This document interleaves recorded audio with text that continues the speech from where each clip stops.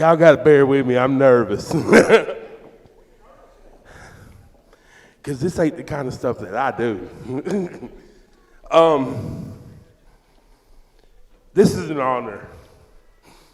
It really is. It touches me way down deep. Because I wasn't even supposed to be in this business. I got told that I didn't belong here. But this isn't about me. This is about a man that has put everything, blood, sweat, and tears, for 20 years, doing what he does for this business that people like me, Joe, my man here, all the boys in the back, he done it for exactly that reason. And it is my honor to induct Professor Bear into the Commonwealth Hall of Fame. So Professor Brother, Bear, I love you. And it's an honor that you asked me to do this. Absolutely. It means more to me than you'll ever know. And I thank you. Congratulations. Professor Bear. Come on, guys. So I had quite a bit of time to think about this. And as Joe will tell you, I've argued with him that I'm not worthy of this honor. But after Joe and people have told me and thinking about it, I think I am worthy of this honor. And one of the first people that I want to thank is God, because without God, none of us would be here. The next two people that I want to thank are my mother and father, Mary Cade and Herman Cade Sr. It was for my father. He was a big wrestling fan, and he's the one that's got me started in this back when Georgia Championship Wrestling on Saturdays at 6:05. You better not be in the house making noise. You better not be doing anything but having your butt sit there and watching Golden Solely tell you what great action was going to come on. So I thank them. I thank my brothers and sisters because, I mean, they pushed me. My brother, my oldest brother, he lived in Atlanta and he got to work around wrestlers. So I got the honor and privilege to meet so many great wrestlers, and that is a big influence in my life. But right now, I would not be here, I would not be in this ring, I would not be getting this award if it wasn't for my beautiful wife, who she taught me into doing this. She told me, I saw on Facebook, gentleman wanted to start a podcast, and I kind of brushed it off, laughed, went and told my wife, and I was like, baby, this guy want to do this. She's like, when you doing it? I'm like, I'm not doing that. Nobody ain't gonna want to hear me talk about wrestling. Her exact quotes was, baby, you would debate God if you could. And sitting there for 5 minutes thinking about it, I was like, okay, you're right. So I went, put in the application, and right now I'm here. So I'm not going to take up too much of your time, but I just want to thank you, not for me, but thank you for being a wrestling fan. Thank you for putting the energy into the business, because there's so much that does not get appreciated through the independent circuit. And I'm so grateful and thankful that you put your time, your money, your energy into making all the wrestlers feel like family and doing so much. And again, I want to thank you. And I have one more person I have to thank, Brady Owens, who is the owner of the Wrestling Network Society, which I am co-CEO of. If y'all haven't went there, please go on Facebook, check our sites out. We promote wrestling. We love independent wrestling. And it's not independent, it's professional wrestling. So please, please, please, thank you and keep your love for the sport going. Thank y'all very much.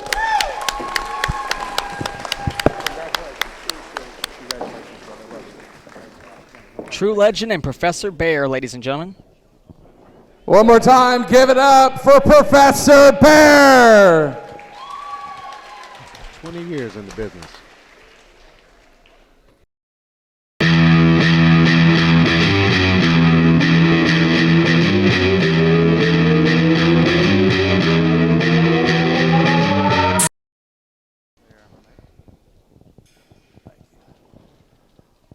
All right, y'all, how y'all doing? So I got the honor to induct one of my, you know, in this business, you don't get many people that you can call true friends. And I get to induct one of my true friends into a Hall of Fame. We've been up and down the road, been state to state. He got me into the school of Morton. He's the reason Cousin Frank was Cousin Frank. And this is such a great honor. He was a great Christian role model. All the years that I was the crazy country boy. And I want to say, Jonathan Barnes, it is my honor to induct you into this year's Hall of Fame. Jonathan Barnes, ladies and gentlemen. Magnificent scene right here in the Center for Rural Development. I was taught that a referee should always be there but not be seen. So I'm kind of fighting that urge right now to sort of duck out of here. But no, for everyone who's been there for me, for my detractors, for the boys and the girls in the back who have trusted me to keep them safe while they're in the ring, for the promoters who have given me the opportunity to be out here. I've got 2 words for you. Thank you. And I know right now there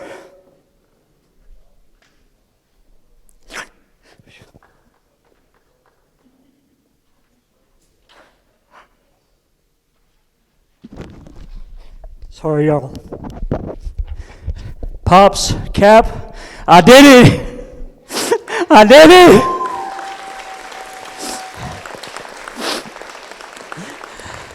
So, last but not least, and definitely not least, thank you, God, for giving me this opportunity. I would not be here today and to keep going. I want to leave y'all with this. There's a God who absolutely is in love with you. He wants to know you, and He wants you to get to know Him. And as much as I love you, He loves you so much more. So, love y'all. Emotional moment for Jonathan Barnes, who came so good and all the way to infamy. Great man.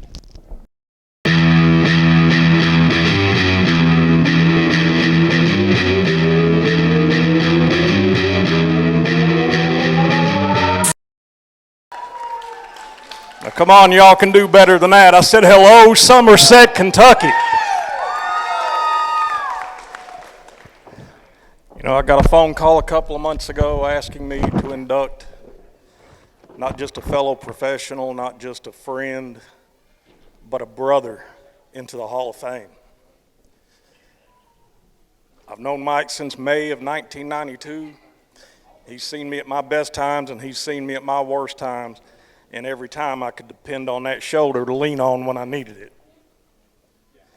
In the world of professional wrestling, you can usually count on one hand the number of people that you can truly trust and never hear anything bad about. And Mike Woody is one of them people. So tonight, I get the honor and privilege of inducting this man into the TCW Hall of Fame. Not only did this man bust his butt and make a name for himself inside this ring, but the man has become one of the greatest mask makers this company, hell, this planet's ever seen. If you ever get a chance, check out one of his masks. The quality speaks for itself, but we're not here to sell masks tonight. We're here to honor this man. So Mike, on behalf of the fans, the great crew here at TCW, I want to welcome you into the Hall of Fame. Absolutely, well deserved.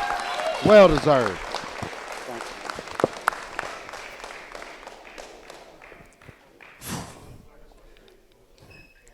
Where do I start at? I've got a lot. I mean, when I look down at this plaque, I see my wife's name on there. She died in 2021. I wish she could be here to accept this award. She got other Hall of Fame that she never got to see. But I really do appreciate this. I've done good in the wrestling business. I started when I was 14 years old making masks. Then when in the late 80s, I got into wrestling by other wrestlers that bought masks from me and encouraged me to wrestle. And I'm glad I did, because I made a lot of friends that I love, truly love. Fans, friends, I mean, wrestlers, everybody. I mean, you people are why we're here. If it wasn't for you all, we wouldn't have a wrestling show. I mean, thank you, every one of you. But this is a picture of my wife.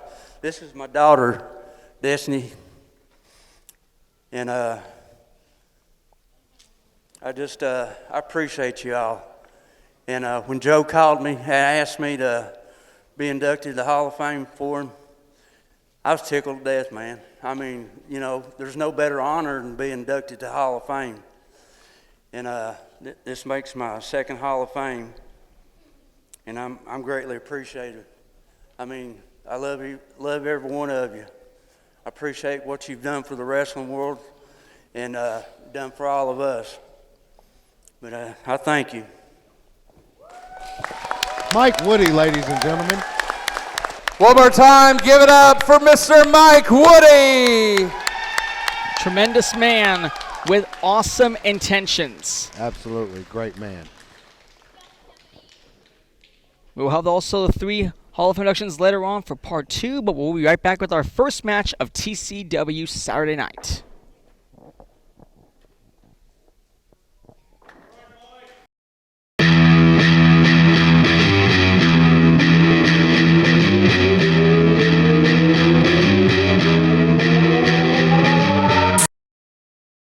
Our referee for the charge of the evening will be Mr. David Sigg, who will be officially holding in law and order, representing for this company. Absolutely. And I tell you what, the thing about Mr. David Sigg is he calls everything fair, right down the middle. Very small portion for the fans alike. This is the TCW Summer Tour, Part 3, and I have a good feeling we have a gigantic show for all of you tonight. Crew Syndicates, Evans and the full gear of white, black, and of course full green, white, and black, and Christopher Matthews. But keep your eyes on Charles Colton. He can be crafty and a little bit more stingy to nearly interfere in other people's matches. You know what? I think we can agree on this, Tony. I know you're not a big fan of the Creekwater Syndicate, but all that gold they're carrying around got them a little bulked up. They kind of look like 2 pit bulls that's been carrying around chains for a few months. Even though back at Lakefest, it was Christopher Matthews who destroyed the living daylights out of Kevin Sinclair, who, although indeed showed disrespect to America by bringing the Scotland flag in a show of shame and disrespect to our Independence Day on its 200th anniversary of birthday. That is true. He did bring the power of Scotland there to Lakefest. That is very correct. It's not the Revolutionary War, Keenan, but it's more likely TCW. We all know for a fact we had a little bit of a rain issue, but we're lucky to be here. The action is inside, and it looks really cool, better than the heat. Absolutely. And Mr. Sig there checking Mr. Trace Evans, making sure no foreign objects has been snuck into this ring for any type of advantage over Chris Matthews. And we have a tie-up in a test of strength, ladies and gentlemen. Matthews about to nearly know it's just indeed a tug-of-war affair between these two competitors. Colton and Evans should be running buddies to Christopher Matthews when they were brought in January, and when they betrayed us, aligning with Brandon T. Wilson, I was mad with furious rage. By there and then, I have no heart for the Creekwater Syndicate. You could sell your soul to the Dalai Lama, but your so-called butt is belong to TCW wrestlers. And there goes Mr. Trace Evans showing this test of strength back at Mr. Chris Matthews into the corner. And David Sig has seemed to be breaking him up. Even though Matthews has become a well-oiled competitor, he was the second man to become the television champion, defeating Tyler Lee Deputy, because, ladies and gentlemen, later on after this match, we'll be seeing the return of Tyler Logan, who hasn't been seen in over a year. From Pittsburgh, Kentucky, coming in at 174, Tyler Logan. Good to have him back on the card. Very good to see him back in the ring. You're very right, Tony. And now ringing the arm bar around him, as you all can understand, the incredible pressure between these two superstars, knowing what indeed is best for us. This is not for the tag team titles right there and then, because it's just Evans going solo mode against Christopher Matthews, because right there and then Charles Colton, who snagged the television title back at Campbellsville, is keeping a firm grizzly eye look around Christopher Matthews. Absolutely. A lot of good chain wrestling going on here in this ring. Matthews seems to have the upper hand right now, but of course, Trace Evans with them big West Virginia arms around that body. And a shoulder block from Trace Evans sends Chris Matthews crashing to the canvas. More likely boulder dashing right on the field, and right there and then Matthews is trying to somehow suck up the bad back that he had suffered from over the last few weeks. And they have definitely been targeting that back of Chris Matthews. All right, great arm drag, a reversal. Shades of Ricky the Dragon Steamboat. And another one right there in front of us. Evans is like indeed trying to reach out for Colton, but Matthews is saying, not this time, boy. You're not going to take away my pride and joy. I hate to say it, no pun intended. It seems as if Chris Matthews is dragging Trace Evans back into that water. Knife chop right across the chest, and now going old school, balancing. Here it comes. Reference to Mark Calloway. Look at that! And another super arm drag from the top rope. Once again going old school. Chris Matthews in full control here in Somerset, Kentucky.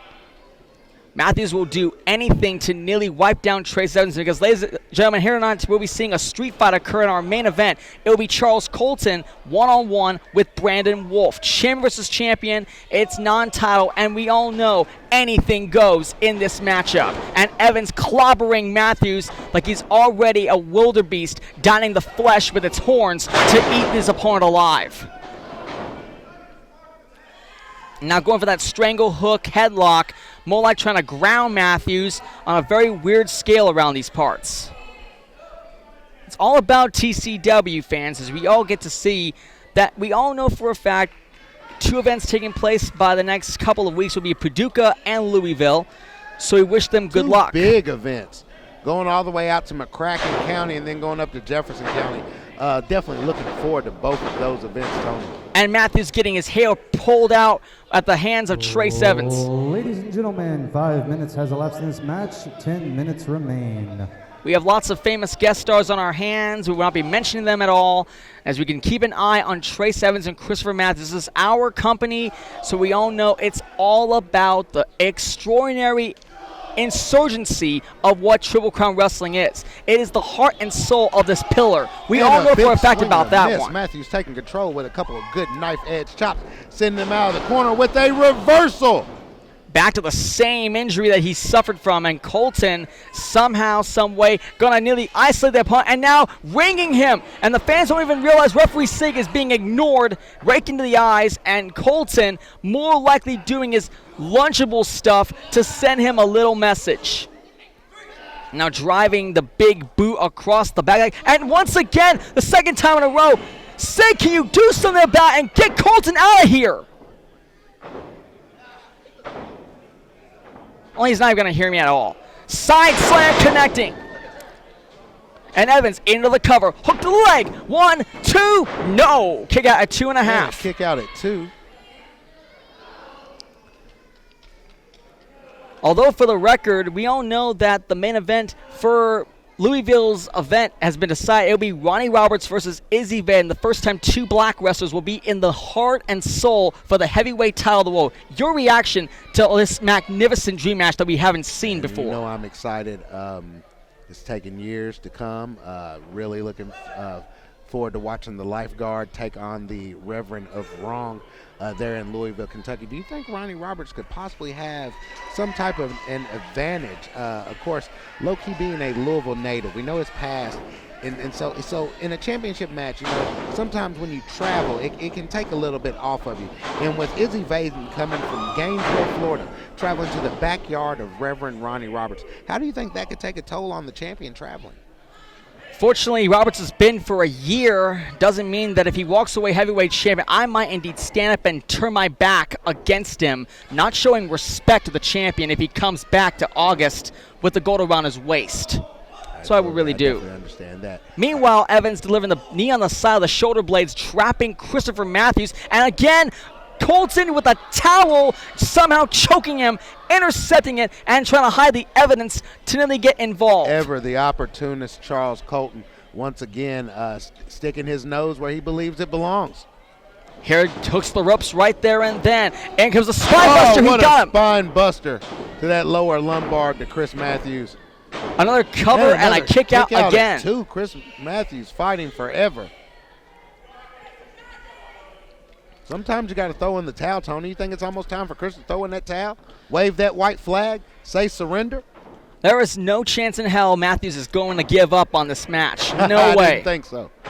And now Evans dropping against Matthews. Into the ropes he goes, but oh no, look out. Reversal Hurricane by Chris Matthews. Pulling out all the tricks from his bag from Ferguson, Kentucky. And Colton gets back up again. For God's sakes, this is rhetorical, man. And now, crossbody blocked. Look out. Gets out of nowhere. Oh, what a scoop. Scoop slam connecting. And thanks to Colton, Evans is going to steal the whole thing. No! Another kick out at 2. Chris Matthews with that never say die attitude. Throughout the years of professional wrestling, Evans is almost doing his own things to nearly give Christopher Matthews a little bit of a nervous breakdown. And a right hand to the gut, pound to the back. Here comes Matthews. Matthews off the rope with a clothesline. Roaring like a lion based out of his cave. What a back elbow from Chris Matthews.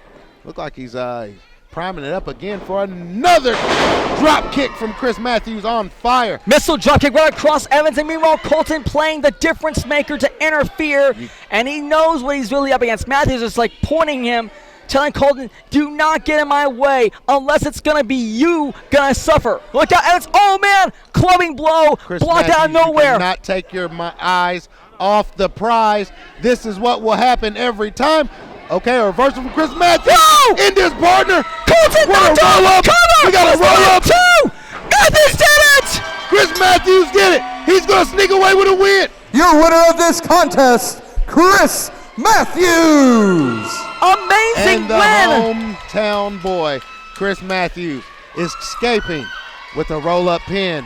1, 2, 3. Just like that, going home with the win this evening. Christopher Matthews with a victory, and Creekwater Syndicate is not in a very good mood right there. And then Colton needs to stay focused on the street fight that he has to do tonight against Brandon Wolf. A lot of confusion in that ring, a lot of confusion. I hate to see the boys go through this.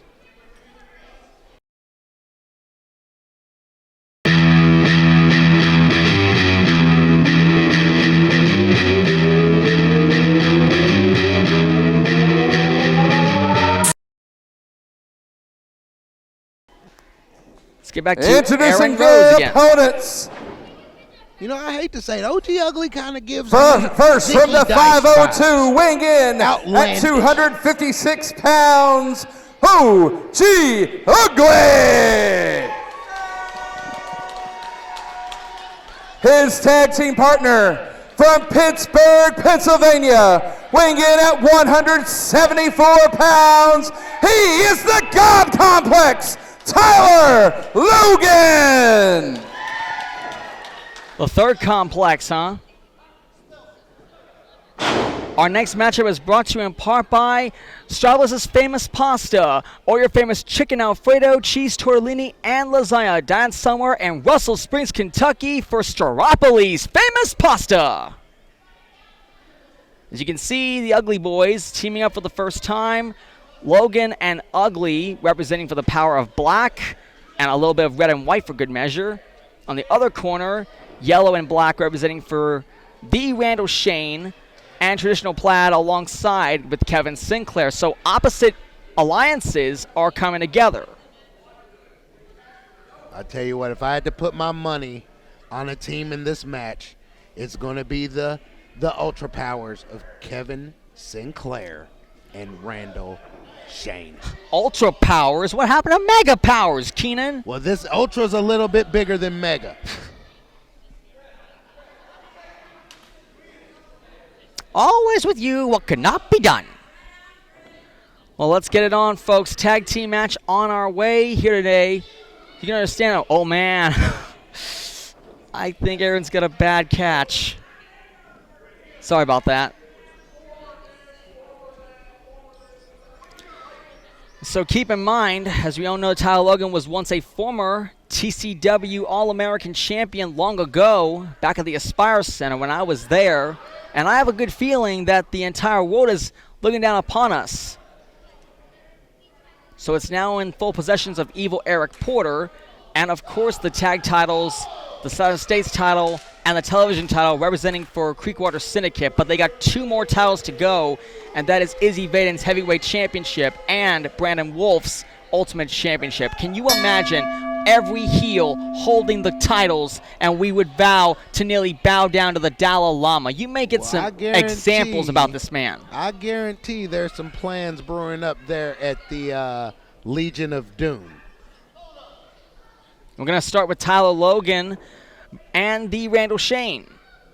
We haven't seen Logan in the ring since he left the company high and dry. I thought he was injured for some reason, but I'm getting a little bit concerned. Well, he's here now, and they are looking for a test of strength. Well, like playing a game of Mercy, and Logan's going to be doing it anyway. And I got to tell you, the incredible audience is getting ready for anything. Oh, wow. Oh man, what Logan just got... Power by Tyler Logan, sending Randall Shane crashing to the canvas. Going for that first cover already. I have never seen Shane got throttled before at the hands of Tyler Logan. All right, now let's calm down on the big words there, Tony. I don't like when you use words like throttle. I said throttle. Oh, yeah. See, I thought you used the extra R. And OG Ugly to the top rope. Here comes the man of the 502 with the double axe cluster and axe catches handle. him on the wrist. Working on that arm of Randall Shane. It's all about the incredible Confederacy for the Legacy Hall of Fame. I mean, this arena looks really well done. And into the cover, back to that armbar attempt. Kick out. Randall Shane keeping the fight alive. As you can see backstage, Brandon Wolf is indeed gearing up for tonight's street fight as he takes on Charles Colton, which I do have a feeling that how is Colton at a minimum 100% after getting slammed by that steel chain 2 times in the skull? I hope his brain's not a little damaged tonight. I think we are fine. It better be. And now, right to the eyes by the solitary superstar of the century. That a boy, Randall Shane. Going to deliver that modified headlock, and of course Logan gets to drop him down on his knees, escaping it. There you go, Logan. Nice recovery. Very good wrestler there in Tyler Logan. He's very aware. He's a mat magician. He's aware of his surroundings at all time. He has a great mat presence. To find that knee of Randall Shane just shows his genius. And a tag out from Tyler Logan. In comes OG Ugly. If I can only feel the knee of Randall Shane. You can feel the incredible scene here tonight. I must indeed say, this ain't the first time I ever been to an indoor arena that large before. Since Ferguson and Aspire Center. I mean, this is something to say about it. Absolutely. Very state-of-the-art community center we do have here in Somerset. It's a great time to be here. We got a great crowd, great action in the ring. Into the cover again, Great driving experience. that bad forearm across the outside arm of the Randall Shane. I've never seen Aaron Rose deliver the ultimate introduction to the Randall Shane before, and I've never even seen his accomplishments like this before. So I didn't have to mention anything of his own deeds. And I kick the lower kidney, and here comes Logan pounding down on Randall Shane. By any means necessary, Logan is going to teach this man some legitimate manners. Oh, what a kangaroo kick there to Randall Shane, crushing in the pectoral area and still going to work on that chest. It's Tyler Logan with thunderous stomps to Randall Shane in the corner. Stopping This a is mud hole assault. right across the Tony, Randall Shane. this is assault. Well, think what you like. It's my event, so be it. Say what I like. Hands up, do not kick anymore. Uppercut catching across the jawline, and right there and then, the Randall Shane is in serious trouble. Toss to the corner. Big elbow Big right back across elbow Tyler by Logan. Randall Shane. He's got to get, and a thunderous clothesline from Randall Shane, and it looks as if he actually spit at OG Ugly. Very disrespectful.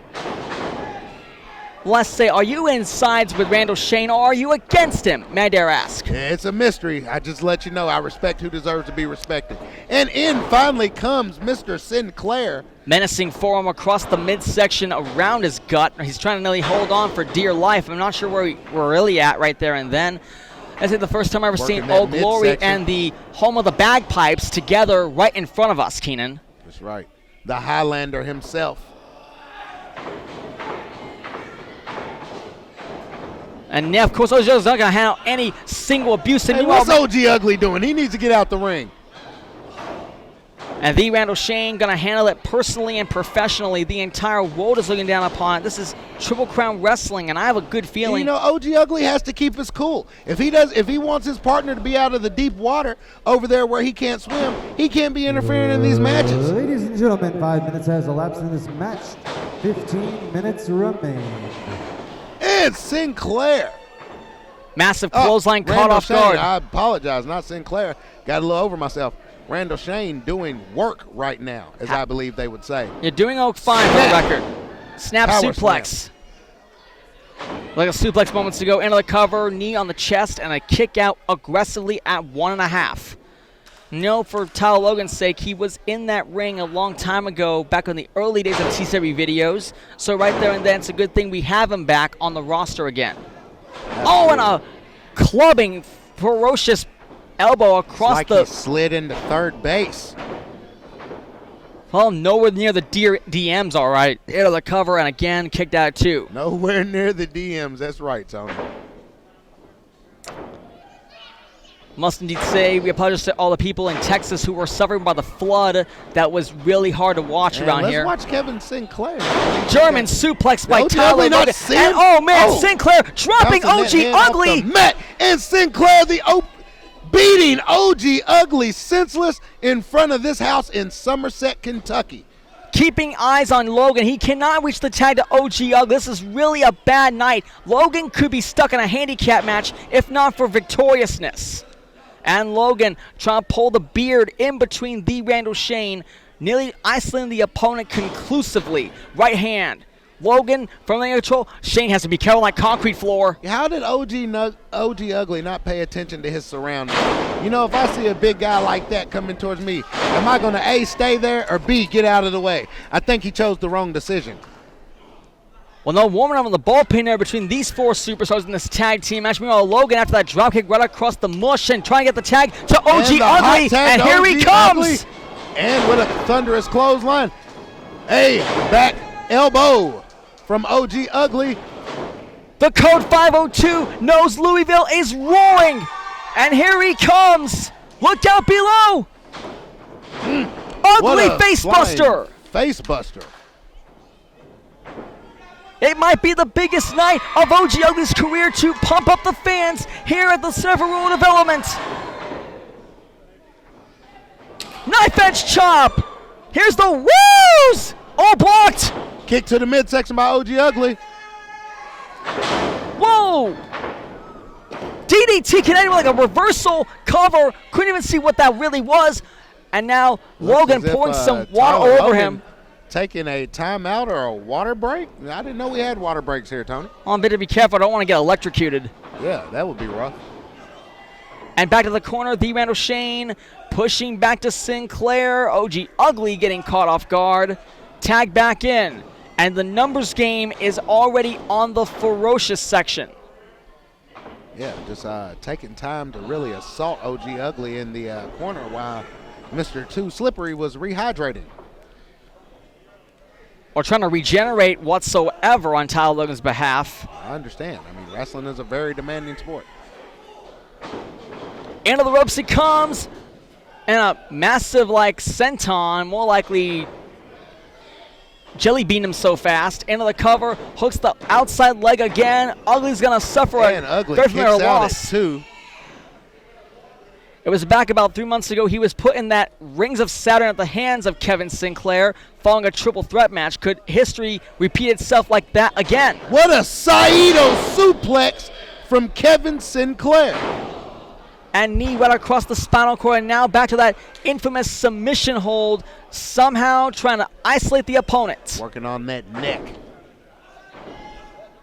If that keeps an eye on the whole thing, it could nearly give the Randall Shane enough time to give OG Ugly some lessons he'll never soon miss. You know, sometimes you just got to give up, Tony. If I'm getting put in a Doomsday Saito right into a hold like that, I'm tapping. Was that a tag in? I think the referee Sig must have missed it. His head was turned moments ago while the Randall Shane is interrupting the whole thing, and now he sees it all right. We have the tag in, Tyler Logan. Logan back in. Clothesline. Right hand. Stiff hand. What a Uranagi slam by Tyler Logan. Ladies and gentlemen, there's 10 minutes left in Logan this with a match. punch to the Again, jaw. there is 10 minutes. Kind of looked like a closed fist. Going to nearly powerbomb him, but no. Got caught off guard in the corner. Right hand again. The Randall Shane and the most dangerous Scotsman of all is double teaming him. I'm not going to lie to you, Tony.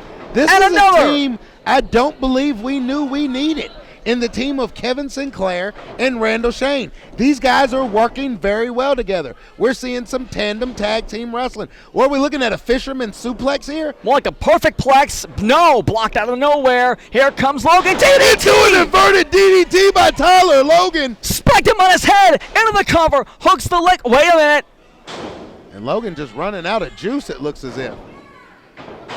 Well, I think Sinclair just didn't even tag him in, but, well, we'll have to see what this whole thing came to be. In the meantime, Logan isolating the Secretary Superstar of the Century in another corner.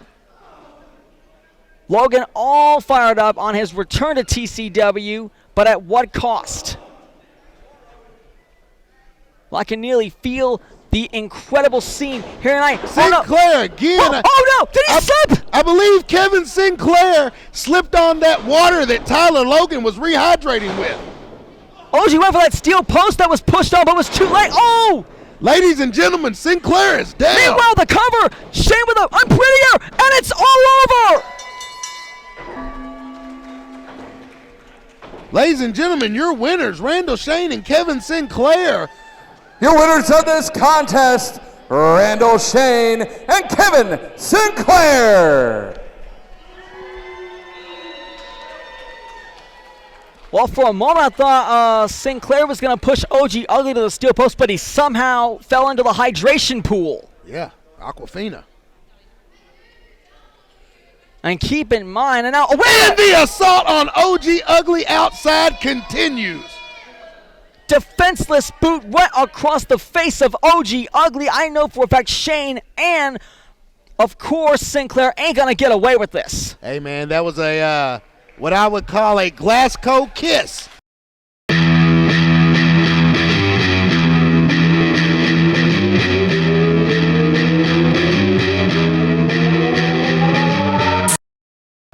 So, ladies and gentlemen,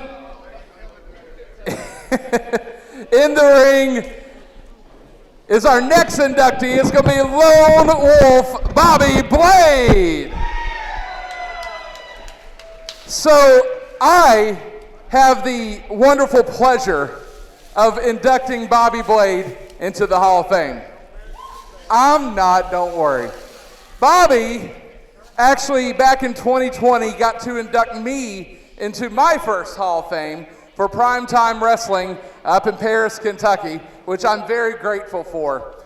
And I know I don't have a lot of time, and I'm going to put it to you in a sense that, it makes me really proud to be able to induct Bobby into the Hall of Fame. Bobby Blade at this present hour. Bobby was the one that gave me one of my first opportunities. Bobby Blade, let me tell you, to get into the wrestling business. I did work for another promotion before Kentucky Championship Wrestling, but Bobby was the one that gave me the opportunity to really step in and really, really get my feet wet. And through all these years, from knowing you from the Lexington Legends, hanging out at a baseball game, to you becoming my commentary partner all around the state and other places, I couldn't be more proud to induct you into this Hall of Fame. And I appreciate you and everything that you've done for me, and you are truly a brother to me. Ladies and gentlemen, this is so cool. To induct Bobby Blade into the Commonwealth Professional Wrestling Legacy Hall of Fame. Bobby Blade, congratulations.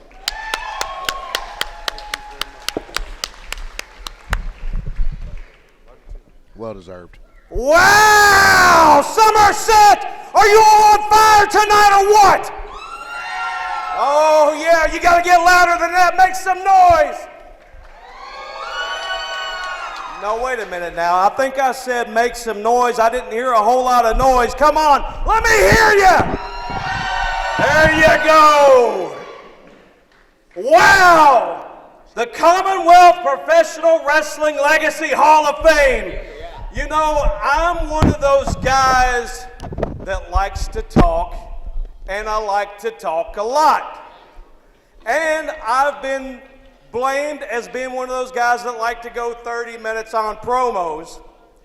But somebody, Joe, has decided to tell me that I've only got 5 minutes. So everybody boo this man right here.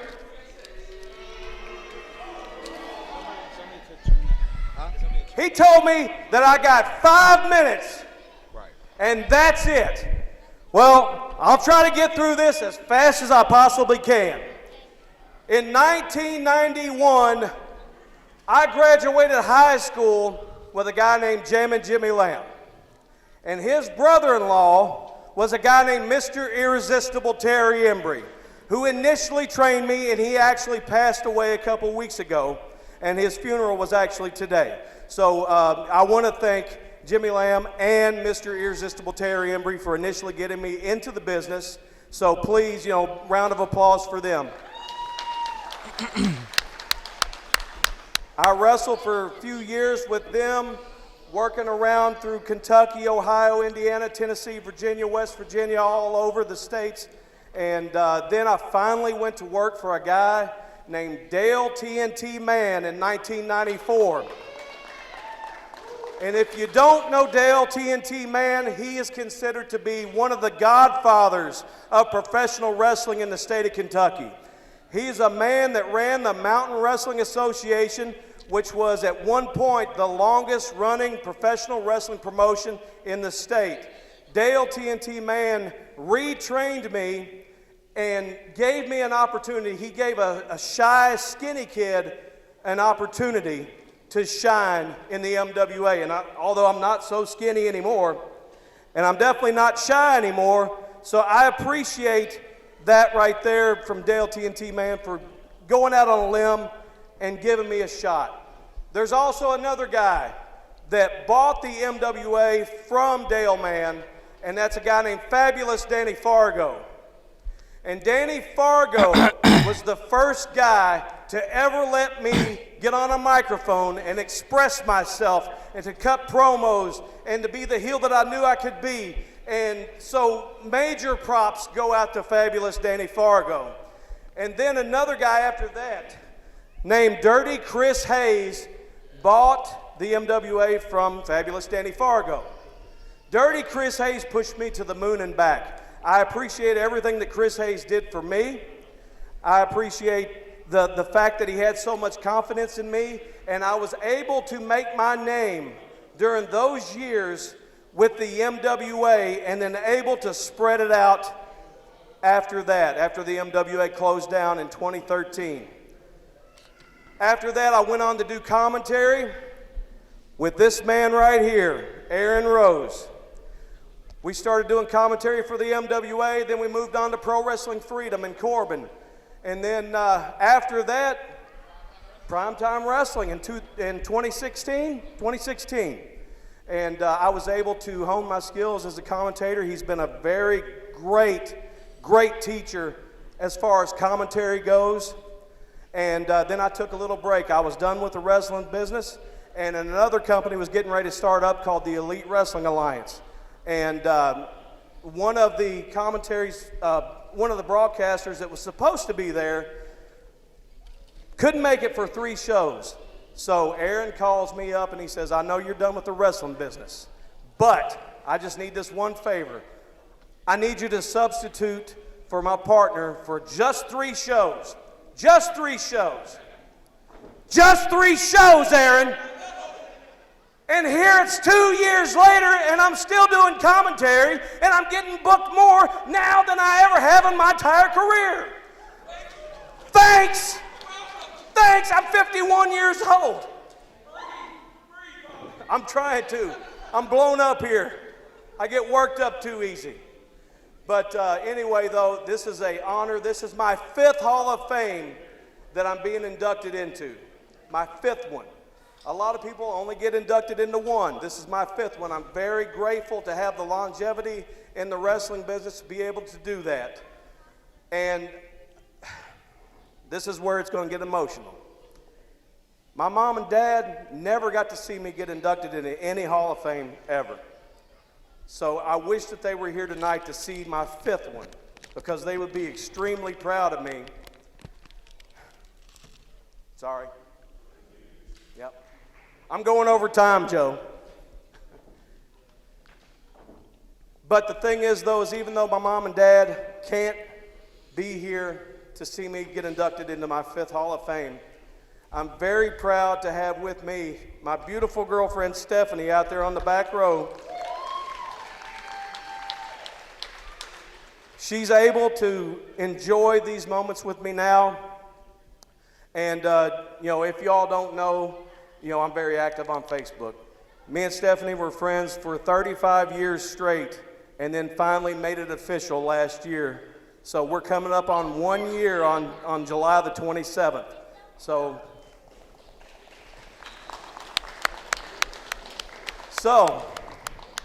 with that being said, I'm getting ready to wrap this up, Joe. I know you're over there stressing. I'm getting ready to wrap this up. I'm very, very grateful, and I can't stress that enough, to be in my 5th Hall of Fame. And just in case you don't know who I am, allow me to introduce myself to you. I am the meanest, cheatingest, chokingest, eye-pokingest, crotch-kickingest, your mama stickingest, spitting on babies, smacking old ladies, one-man domestic disturbance, the man, the myth, the living legend, a true old-school icon, the man you paid to see, Lone Wolf Bobby Blade, 5-time Hall of Famer. Thank you very much. Incredible scene here tonight from the one and only Bobby Blade. Legendary.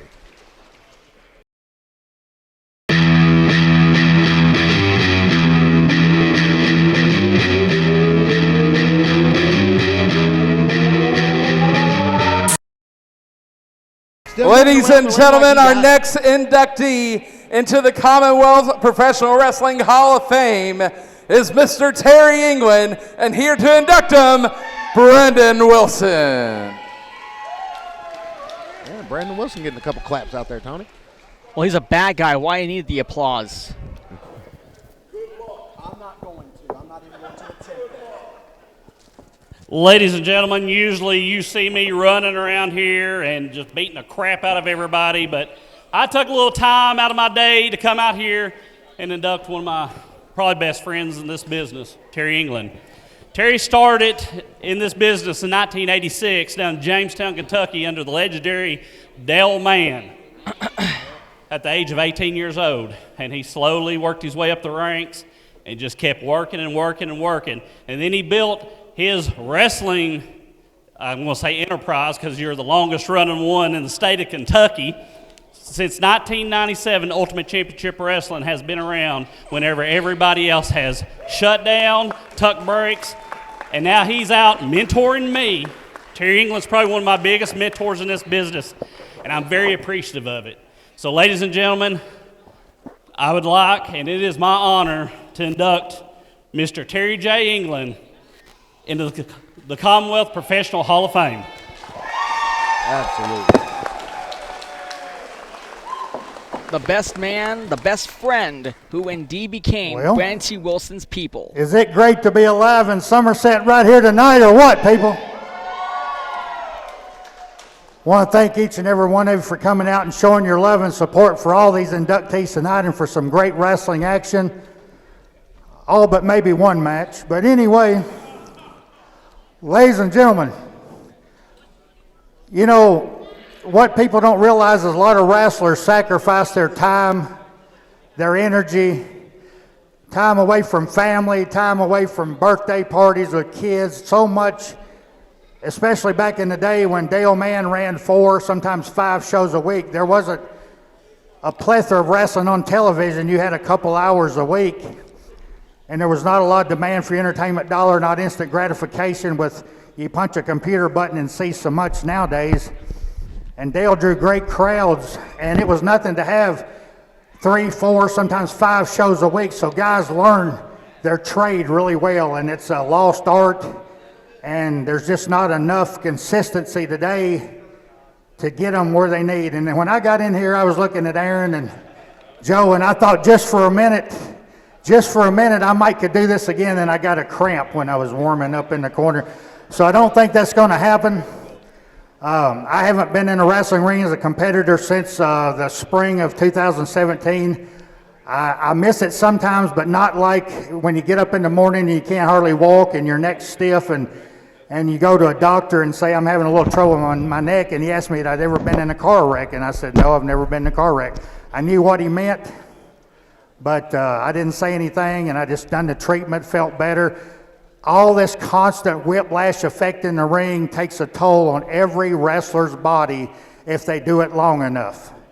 They sacrifice not only their time, energy, effort, time away from everything, but also their body to entertain each and every one of you. So please give everybody here tonight a big hand. Give a big hand to other wrestlers out here tonight that's trying to climb the ranks to be in wrestling. Give a big hand to Party Man Cam. He's an up-and-coming young man who has a good future. Give a hand to Fiji Wild Man, who everybody knows. Give a hand to some of the great fans out here. Some of the great, like this young lady, Betty, here has been coming to wrestling. She's a 5th-generation fan. When I was a young man, I'm older than dirt now, her family was coming to wrestling before she was born at the Armory in Monticello to watch Dale TNT Mann's wrestling. And to sum this all up, I just want to thank Dale Mann for giving me a break. I want to thank Tony Falk for taking me under his wing and continuing my training and getting me into, a top spot and getting me where I needed to be and finishing me up and different things. I just want to thank everybody that's ever wrestled with me and had a match with me all around wherever I went. And I just want to thank each and every guy in that locker room tonight for busting their hind ends to chase their dream just like I did, and I have no regrets. I never had envisions to be a big star with my size and my limited athletic ability, but I always said if I could wrestle in a regional area, I'd be happy, and I always said if I could promote one day, and in 1997 I got that chance, and we're right now the longest continuously active independent promotion. Look it up. I'm not just spitting fire here. There's some that's been around longer, but not in Kentucky. They either were somewhere else and came into Kentucky or whatever. We're the longest continuously active independent promotion in the state of Kentucky, and I'm getting closer to retirement than chasing anything else, but I appreciate each and every one of you, Aaron, Joe, for having me, giving me this award, and TCW and my friend Brandon Appreciate each and every one of you. Thank you for letting me be in the Hall of Fame. Thank you for letting me live my dream. And thank you for being wrestling fans. God bless each and every one of you. Absolutely, absolutely. Great words from there, Terry England. One more time, give it up for Mr. Terry England.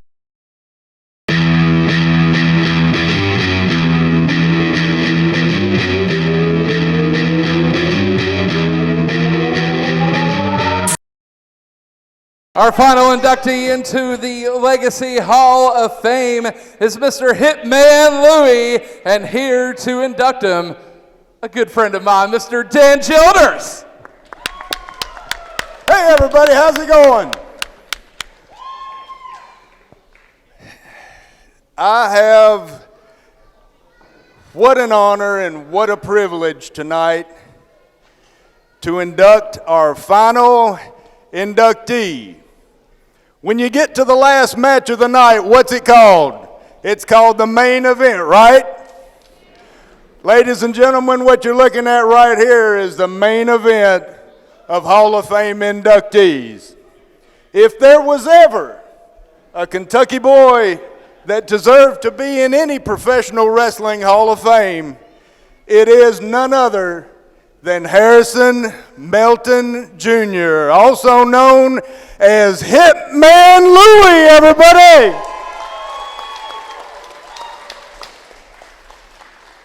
Hitman Louie started his training at age 15. Can you believe that? Age 15. 15. In 1986. And then he had his first match at the age of 17 in May of 1988.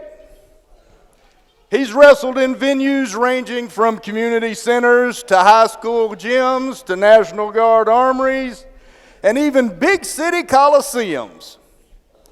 He's main evented in the Louisville Gardens, in the Evansville Coliseum, in the Nashville Fairgrounds Sports Arena. And for any wrestling fan over the age of 25, in this part of the country, what we consider the Madison Square Garden of the South, he has main evented in the Memphis Mid-South Coliseum, everybody.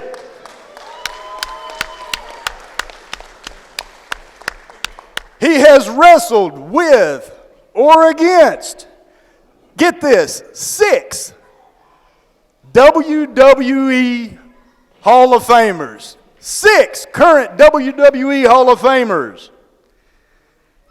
Anybody ever heard of Jeff Jarrett?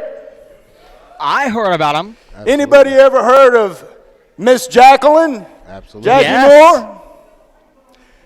Has anybody ever heard of the mayor of Knoxville, Tennessee, Mr. Glenn Jacobs? AKA also Kane. known as Kane, huh? Of course you have. He's also been in the ring and wrestled with the likes of the Rock and Roll Express, Ricky Morton and Robert Gibson. Seen them at Comic-Con. And last but not least, once again, in the main event of the Mid-South Coliseum, with Jerry the King Lawler. The best legend in the house. In preparation for this, Harrison said, I said, what'd be good? And he goes, can you tell a funny story, please? All right, well, this is one, you know, there's not a whole lot of funny stories that we can repeat. But this one I can. We were, not all of it. I'll just give you some of it. We were out west in the Dakotas, North and South Dakota, and Montana. We wrestled at the Montana State Fair. And this was for MWA, for Dale TNT Mann. You've heard his name mentioned tonight already. So how about this? On top of the wrestling that happened, how about these 3 events that happened? We had a midget wrestler steal a bicycle. We had an overall wearing hillbilly get crabs in his beard. And we saw a rattlesnake get shot in the middle of the highway in the middle of the night. My God. So how's that for a crazy story? But you know what? Through it all, down through the years, through it all, the good Lord took care of us and watched over us and brought us through it all, no matter how crazy it was. In this business, there are many acquaintances, but very few true friends. I am blessed and honored to call Hitman Louie, Harrison Melton Jr., my friend. I put him over in March of 1989, and it is my honor to do it one more time in 2025. Hall of Famer, Hitman Louie, Harrison Melton Jr.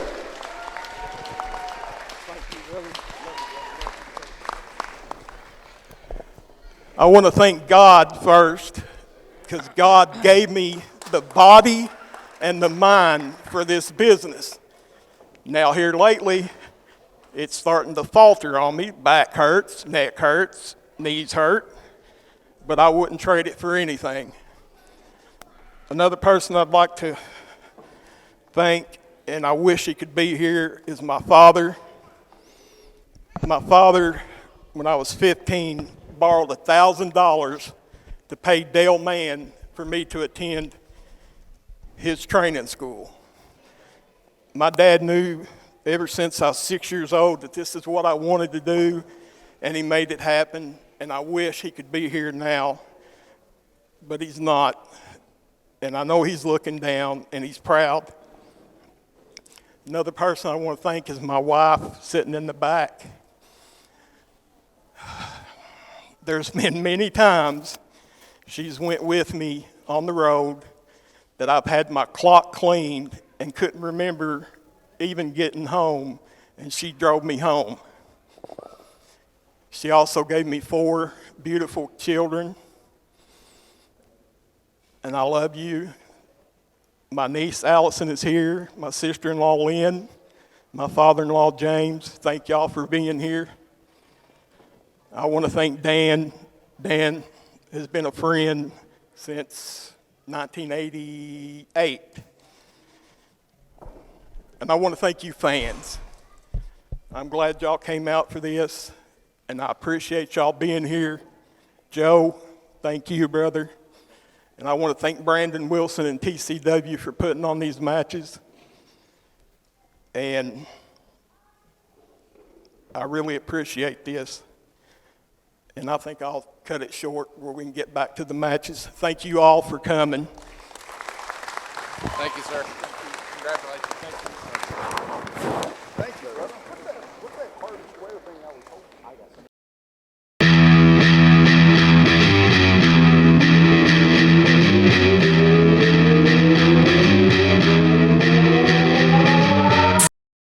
Being accompanied to the ring by the self-proclaimed Dalai Lama of professional wrestling, Brandon T. Wilson.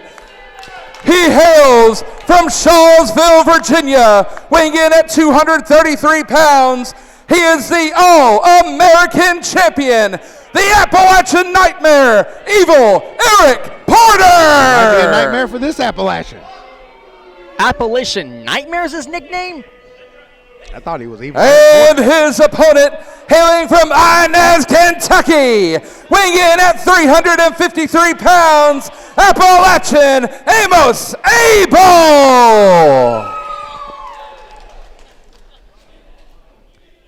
Green and black representing for Evil Eric Porter, and blue and white representing Amos Abel. Amos Abel, a crowd favorite here. Ready to see him back in action. It's been a while since I've seen him. Very excited to be here to call this match specifically. Beyond all retrospective around these parts, Brandon T. Wilson will be doing double duty along with Porter and Reverend Ronnie Roberts, the man who will indeed go against the lifeguard Izzy Vaden in less than 3 weeks at the Coaster Shrine Center, which is going to be for the heavyweight children of the world. Watch out for that speaker right there, Mr. Wilson. It's a little loud. I'm going to tell him to turn it down next time. I'm going to have him turn it down for you. Look at that beautiful All-American title sitting right here in front of me. I wonder where that title first debuted, may I dare ask, Keenan? Must be like early 2022? Possibly, but I know where it's at. It's in the coalition with Brandon T. Wilson with the rest of the Golden Ball. I think we should call him Fort Knox. That's where I was born? I doubt that. You an Army kid, Tony? What? Are you an Army guy? I mean, are you an Army family? You said you was born in Fort Knox. Well, I'm not Army material. They are not going to hire me. You hear me? Coast Guard or anybody else, don't hire me. I'm not perfect, so stay not calling me. Jeez. Every time I hear that phone ring, I just don't want to answer. Not interested. Takedown twice by Abel at the hands of Evil Eric Porter. Could Evil Eric Porter somehow sap the 7-0 winning streak over the likes of many other superstars? I don't know. This farm-bred, cornbread and beans country giant from Inez, Kentucky. You ever been to Inez, Kentucky, way out west? Never. Beautiful people down there. Beautiful people. They all look like Amos Abel. A lot of strong culture, farm culture down there. And that's what he's doing is he works on that shoulder. He's taking Evil Eric Porter to the farm. And now ringing across the fingers and wrist section, courtesy of the meanest farmer in the history of TCW today. He's been around for like a little while in the earlier days of professional wrestling. And what is the Scotch like doing here anyway? I'm still there from when my man Kevin Sinclair brought it out. So we're definitely, we're still very proud to have it.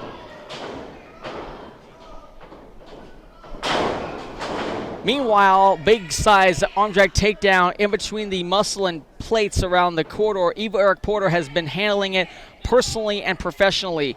Beyond all a shadow of a doubt, this company has been far stronger since Brandon T. Wilson unleashed his army. And now he's going to rodeo dance along with his best friend. And he meets him to the turnbuckle. Head first, and now he's going to meet his own. Nothing Eric Porter can do. Looks like we got to regroup. Well, you all know that he's battled many superstars in the past few weeks recently, from the likes of Kevin Sinclair and, of course, Trace Evans. But now he's got Evil Eric Porter even further. Absolutely. I'm waiting for that call up. Maybe you got a spot for me. What do you think, Tony? A spot for Amos Abel, you mean? Oh, no. A spot for me in the coalition. Oh, for God's sake, Keenan, if you join, I will indeed not be your friend at all. I don't want to risk that, Tony. You better stay here while you program, all right? Absolutely. And now pulling the hair. Here comes Abel, going to nearly bring the wet mop right out of Evil Eric. Dragging Eric Porter back in the ring. And a good time for a milkshake even further. And a good old-fashioned takedown. Here comes next man in line even further. Abel getting severely prepared for anything else. You know, you ever watch the Waltons more often? Oh, I haven't. It looks like Will Gear to me. Look at that. Understood. This is the truth I'm saying around here. Could you imagine all that pressure on you from Amos Abel that's weighing down through that canvas on Eric Porter? That's a lot of manpower right there. That's got to be like getting a small car off of you. Well, it's hard to nearly benefact the entire scenario. He's more like almost 120 pounds lighter than I ever thought about. If Abel keeps that headlock strangling across Evil Eric Porter, it could give him a little bit of advancement. And Eric Porter, the opportunities, what's he got? It looks like he has sort of a little wrist bit of strap. A wrist strap, bringing in the chokehold, leaving Brandon T. Wilson to play a little bit of hide and seek, not letting Porter know what he's up against. And back to that clubbing blow. Right to the back, Evil Eric Porter. And here the fans booing, and you know Wilson is indeed reading his mind. To ground Abel, you got to nearly overcome your obstacles. I have a keys to victory for Eric Porter to know about Appalachian Amos Abel. One, you got to nearly know, read the Easter eggs, and knowing that face across the ropes. The Easter eggs that doesn't matter about Abel's own strategy. He has to nearly know where he's up against. Number two, he may have to know, destroy him at all costs, no matter how hard he'll go, unless he falls down. And the third key, under any circumstances, nearly put the streak to rest and even give them the tap sound effect for a theme song.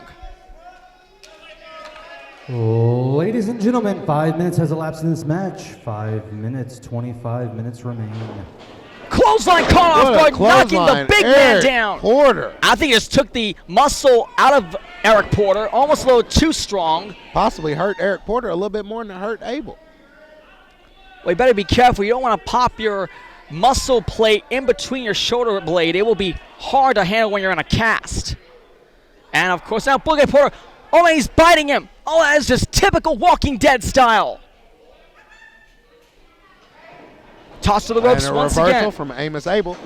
Look out. Reversal. Side slam. Sidewalk slam from Amos Abel. Here's the cover. A kick out again at 2.5. Porter is indeed not going to look back even further. If Abel indeed loses his first match in TCW, it could be a huge game changer in the heart of Southern Kentucky as we speak. It very well could be. You're exactly right. Abel has been riding that wave to an undefeated streak. Every win has not been beautiful, but in that column, it is a W nevertheless. And now getting to put him in the second rope right there and then. And what is Brandon T. Wilson doing? And Wilson taking the opportunity. Oh, man. Laying shots on Amos Abel. I ever seen Wilson fight a human being like that before? You know, Wilson's been really active here lately. He's been in rare form. Porter indeed going to nearly handle the mysterious theory. And now a right hand to the beer belly in between the... Yes, shots to the gut from evil Eric Porter. I could really give them enough time to not get any moonshine at all. Man, Porter holding his ground. Here comes the splash. Besson split hits Nobody's the cover. home. Cover. Grabs the leg. Scoreboard. 1, 2. And no. a kick out from Eric Porter. Another kick out again by the All-American champion. And now the big clubbing attack continues. Back to that lower back. You know, Keenan, I indeed dissed out on unfriending Reverend Ronnie Roberts from my list. I was friends with him. I had a picture with him last year, and now I'm officially done with him. You're done with him. I understand, you know, sometimes you have a change of heart. I've not switched on him too much. I was a little disgusted by his actions, but, you know, reasoning is reasoning, and sometimes, like I said earlier, you just got to go with the flow.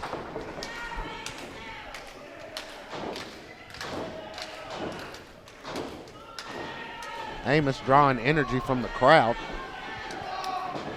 I believe they're starting the Go Amos Go chant. Put that on a t-shirt. More like Porter is indeed a farmer hater for some reason.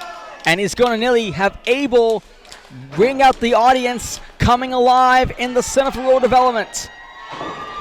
Elbow to the gut, but oh, it's too much for Eric Porter. Dropping him on the back of the neck. And is really a living nightmare. Could this be the end of Amos Abel's winning streak here tonight in Somerset? Meanwhile, oh, jawbreaker caught off guard. It could be the right time and the right place to do so. The tide could be switching. Clothesline! We call this one a comeback trail. We got a little life coming from Amos Abel. Another one! We got a little life coming from Amos Abel, people. I have a heartbeat on the list. There's only 5 or 6 on it. Jab after jab. A little Rochambeau from Amos Abel. Sidewalk slam. Into the cover, hooks the arm on the chest, kick it out to him. Did you saw what Abel did, bouncing his stomach like it's an actual pinball? Absolutely. That was really good. Hope we can use that for some reason. And what's Brandon T. Wilson giving more services to evil Eric Porter? I don't even like where this is going. Ladies and gentlemen, 10 minutes has elapsed. Amos Abel sent to the outside of the ring via Eric Porter. I wouldn't want to be anywhere near Brandon T. Wilson. I just don't know what tricks he has up his sleeves. This is definitely not a 1v1. There is no fair fights when Brandon Wilson is near the ring. Brandon T. Wilson's the big son of a gun to the history of TCW. To all the fans who indeed dislike this man, I have a right to nearly say what I say. Wait a minute. Was that a count out? I think every sig just delivered a count out. I do believe so, and that bell just rang. Well, it looks to me we have no winner. Porter's just going to deliver some more punishment to Amos Abel anyway. And what? Oh, come on. Brandon T. Wilson's going to attack him. Wow! He hit Porter! The cripple hit Porter! Oh, my God! What a mistake made by Brandon T. Wilson. How do you fix this charade? Amos Abel may not have won the match, but even though... Wait a minute. I think... Oh, now we have a rainbow. What's going on? We had a remote earlier than. This is pure pandemonium. I have no idea. Your winner of this contest, as a result of a countout, Appalachian Amos Abel. And the streak continues, Tony. It looks like Amos Abel advances to 8-0. Is that correct? That's exactly correct. Brandon T. Wilson, an error in judgment, slamming the clipboard in between the eyes of the All-American champion. Oh, man, Wilson, you got some explaining to do. I would hate to be in that locker room. Well, I do have a good feeling, and Joe Monroe taking back that Scotland flag. Fair enough.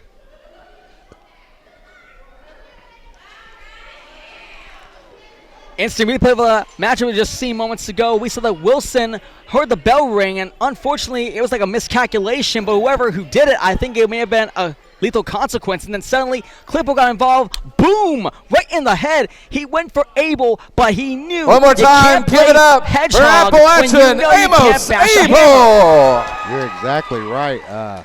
I hate this, ladies and gentlemen. I hate that the streak is still alive. I hate that Eric Porter lost this match, but as he still remains. It's a good thing the streak is still alive. Well, it looks as if Brandon's going to have to. Oh, my God. Drag Eric Porter to the back. Can we get some help out here? Where is the help? Can we help Brandon Wilson get Eric Porter to the back? I actually thought you'd stay in your seat. So do I.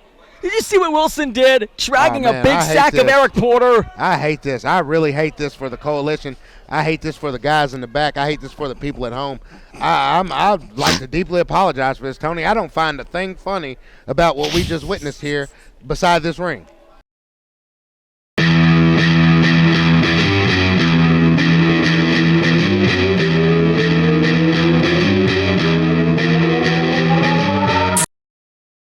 Oh, what a beautiful day the Lord has made. Ha! I will rejoice and be glad in it. Can I get a yay, man?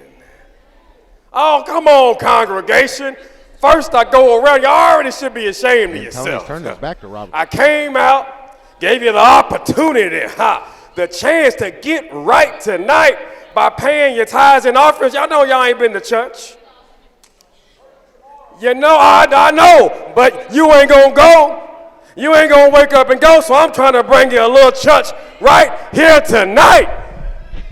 And I gave you the oportunidad, that's Espanol, in case you didn't know, gave you the chance to get right, and there's about $4.37 in that collection plate. You should be ashamed of yourself, is what you should be. You should go home and look in the mirror and condemn, ma'am. We're not doing all that today. We're not doing all that today. Nobody cares what you have to say, Ronnie. You know what? I see now that I'm preaching to a lost cause. I'm preaching to the congregation of the man downstairs. But that's all right, because y'all in for a treat tonight. Because when the headliner Chris Michaels come out here, I'm going to lay hands on him. I'm going to bless him. I'm going to baptize him. And all of you all has got to bear witness today. Now, can I get a yay man?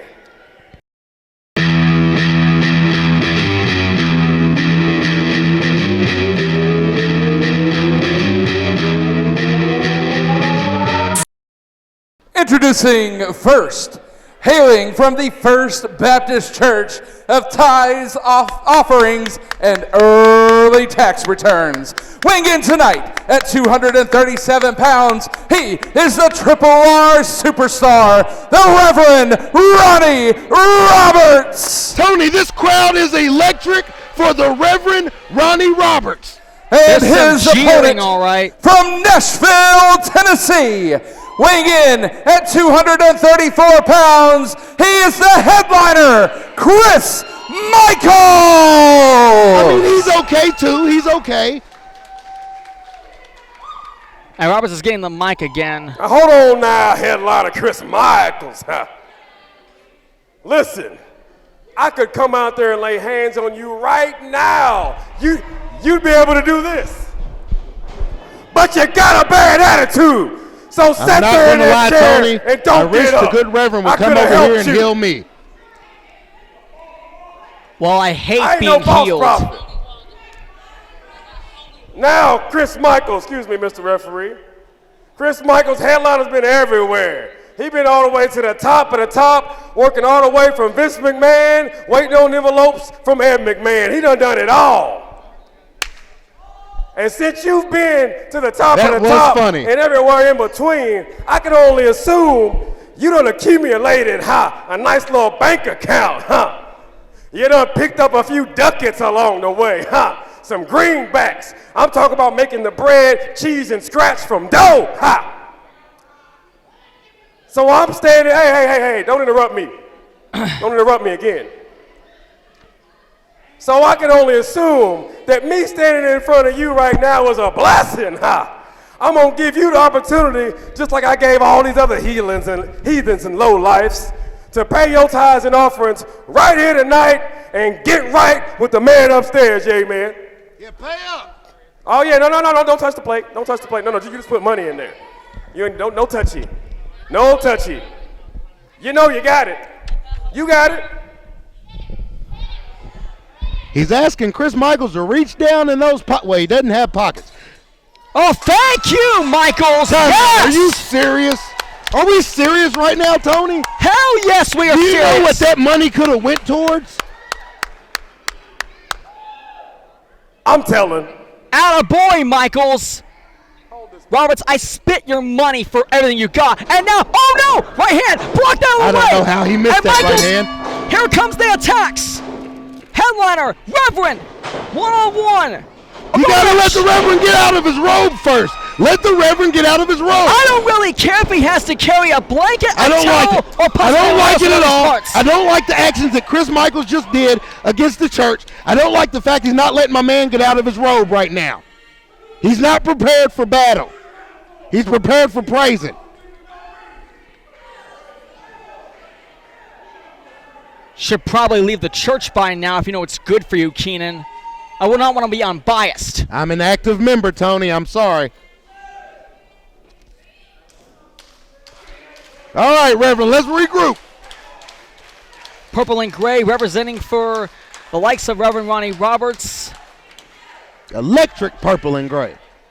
And, of course, traditional black, white, and red representing the Lifetime Achievement Award inductor, Mr. Chris Michaels. The headliner. And keep in mind, our main event will be Charles Colton versus Brandon Wolf. I'm ready for that. The street fight. Our main event of the evening. I'm ready for a street fight. You know, that's what I do. Rose trying to sneak attack Michael, but the playing field just came leveled. Backing Ronnie Roberts into the ropes. Nowhere for Ronnie to go. Off of the ropes. Big reversal. And up and over. Right. Legs again, too. And maybe Michael's going 2-1. Kick out at 2. Another miss. Roberts just can't get it together. Arm drag by Chris Michaels. Well, it's a good thing he didn't take off his shirt because right there, I turned my back on Ronnie Roberts' congregation stuff. I do like that shirt. I wonder if we can find that shirt at the merch table. Customers, if you're out there seeing a Ronnie Roberts shirt, get out. What a tactician. Really joint manipulation right now by Chris Michaels, working on that left elbow of the good Reverend Do-Wrong, Ronnie Roberts. Roberts may be a dementor, but something is not right in Ronnie Roberts. He's got a black heart the size of nowhere land right there and then. He's betrayed Canada. He's left that town. He's worked for Brandon T. Wilson, and you're going to really appreciate him for all the wrong reasons, Keenan? How dare you? And Michaels wingling the number across the one and only competitor of all places. Former All-American champion. He's holding the Brandon T. Wilson trophy that he'll cash in at any time. He says he'll cash it in on August 9th. I heard a promo. He will face the lifeguard for the richest prize in sports entertainment today, the TCW Heavyweight Championship. Just like we were talking about earlier about that TCW Heavyweight Championship, what effects is that drive all the way from Gainesville, Florida to Louisville, Kentucky going to do to the champion, Izzy Vaden? Under any circumstances, if Roberts wins the heavyweight title by August 9th, and if he comes back to Monticello or anywhere else, everyone will betray him. I mean, revenge is sweet, but it's a bitter salt, better than not having any pepper. Me personally, I'd love to see Ronnie Roberts hold the gold. Not in Brandon T. Wilson's force, no thank you. All hope will be lost if he wins that match. Meanwhile, Michael's gonna uppercut him, atomic drop in between the table, and he's shaking like it's a nay. Hey, just humping around, baby, just humping around. Yo, Ryan, there's no healing in wrestling. It is your chance to do the dance. Another atomic drop. Do the Humpty Hump. Humpty Dumpty sat on a wall. Ronnie Roberts just fell on his nuts. I'm sorry. That was so funny to do that. That wasn't funny, Tony. Right hand by Michaels as I soon get under control, delivering mud hole stomps all over him. Chris Michaels looking really good at this veteran age, man. No ring rust. You can tell he still knows his way around the ring. Man, he's looking great. Roberts pulling the trunks of Michaels into the second turnbuckle, trying to nearly wield him to his second wind. You know, Roberts was already handling it personally and professionally. You know, we're not about to listening to any gospel stuff. This is professional wrestling. We do not have any room to represent the holy person who indeed became a backstabber since April 5th. And he's like wringing his injury on his hamstring or lower buttocks, trying to get himself better. But it's not working, you know. No healing powers in this city, boy. Blocks the right hand, and Michaels comes back with another. Here comes the headliner. What a fighter Chris Michaels is. Ladies and gentlemen, 5 minutes we're looking at this match. Master Lock connecting. Remain. That might have been a really well done, curious attack. Look out! Dropped him down. And once again, feeling the effects. Roberts is getting where he deserves right there, Working Keenan. on that derriere of Ronnie Roberts. Sorry, excuse me. Tongue twister, say that 7 times fast. Michaels might indeed hunt a coyote and knock him down. And another one. Working on that tailbone of Ronnie Roberts. If you get rid of the tailbone, he won't have a chance of sitting on his couch the next day, or the next week, or any month. Tear him apart, Chris. That's right. Give this Whopper Kenny what he deserved. Oh, broke right to the eye. No, blocked. Michaels just read him. Be dirty as you can, but you can't intercept Chris Michaels like that. And now taking the gospel hand, slamming on the turnbuckle pad, and again! The yes! hand of Ronnie Roberts is being destroyed, which is usually protected inside that protective glove. Give him one more! Oh, yeah! All around the world, Ronnie Roberts has been introduced to the turnbuckle, and he's giving him some extra licks just for the time served. 10 times. His wrist is already broken. Of course, Ronnie. Where's your almighty processor now? And just stepped on him. We are really missing Brandon Wilson at the side of Ronnie Roberts. I hate this for Ronnie. Man, you can nearly expect a major game changer, or may I say a little bit of a tide turner. And now he's going to take advantage on the bad wrist in between the steel post. No, this isn't right. Can we call a timeout? No, you can't. There's no timeout in wrestling? Woo! Yeah! Break his wrist, knock the arm off. I do not agree with that. Ronnie Roberts is getting what he deserved after what he did to Brandon Wolf. You broke his neck. How about Michaels cracks your wrist? Number 13 or 14, I may have lost count. Chris Michaels is taking over. The cathedral of Ronnie Roberts is already falling. But oh no, not now. Ranged him on the top rope, gaining some leverage. Take advantage when you can. That is the name of the game. Raining down. That hand's still affected. Try to punch him, but it's no use. That means the good Lord will indeed know Roberts can't use the glove to take off. Excuse me just a second.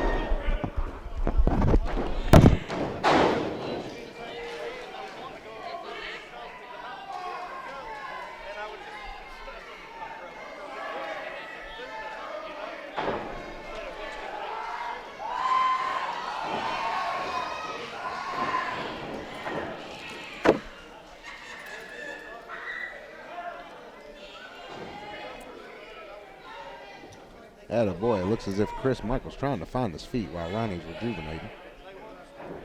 A lot of recovery time there for Ronnie Roberts. Trying to get that hand in order. Back elbow from Ronnie Roberts. Sorry about that. I just got myself some Sour Patch Kids. Meanwhile, side Russian leg sweep by Ronnie Roberts. Got off guard into the cover. Forearm on the cheekbone and a kick out again. Count. Courtesy of Mr. Sig. You can nearly feel the extraordinary scene here tonight. Ronnie Roberts able to nearly pulverize Chris Michaels. As he should.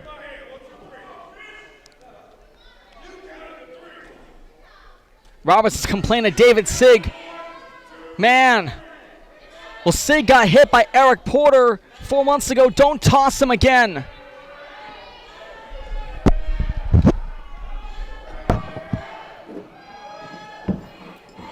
Working on that neck of Chris Michaels. Ronnie Roberts in full control right now.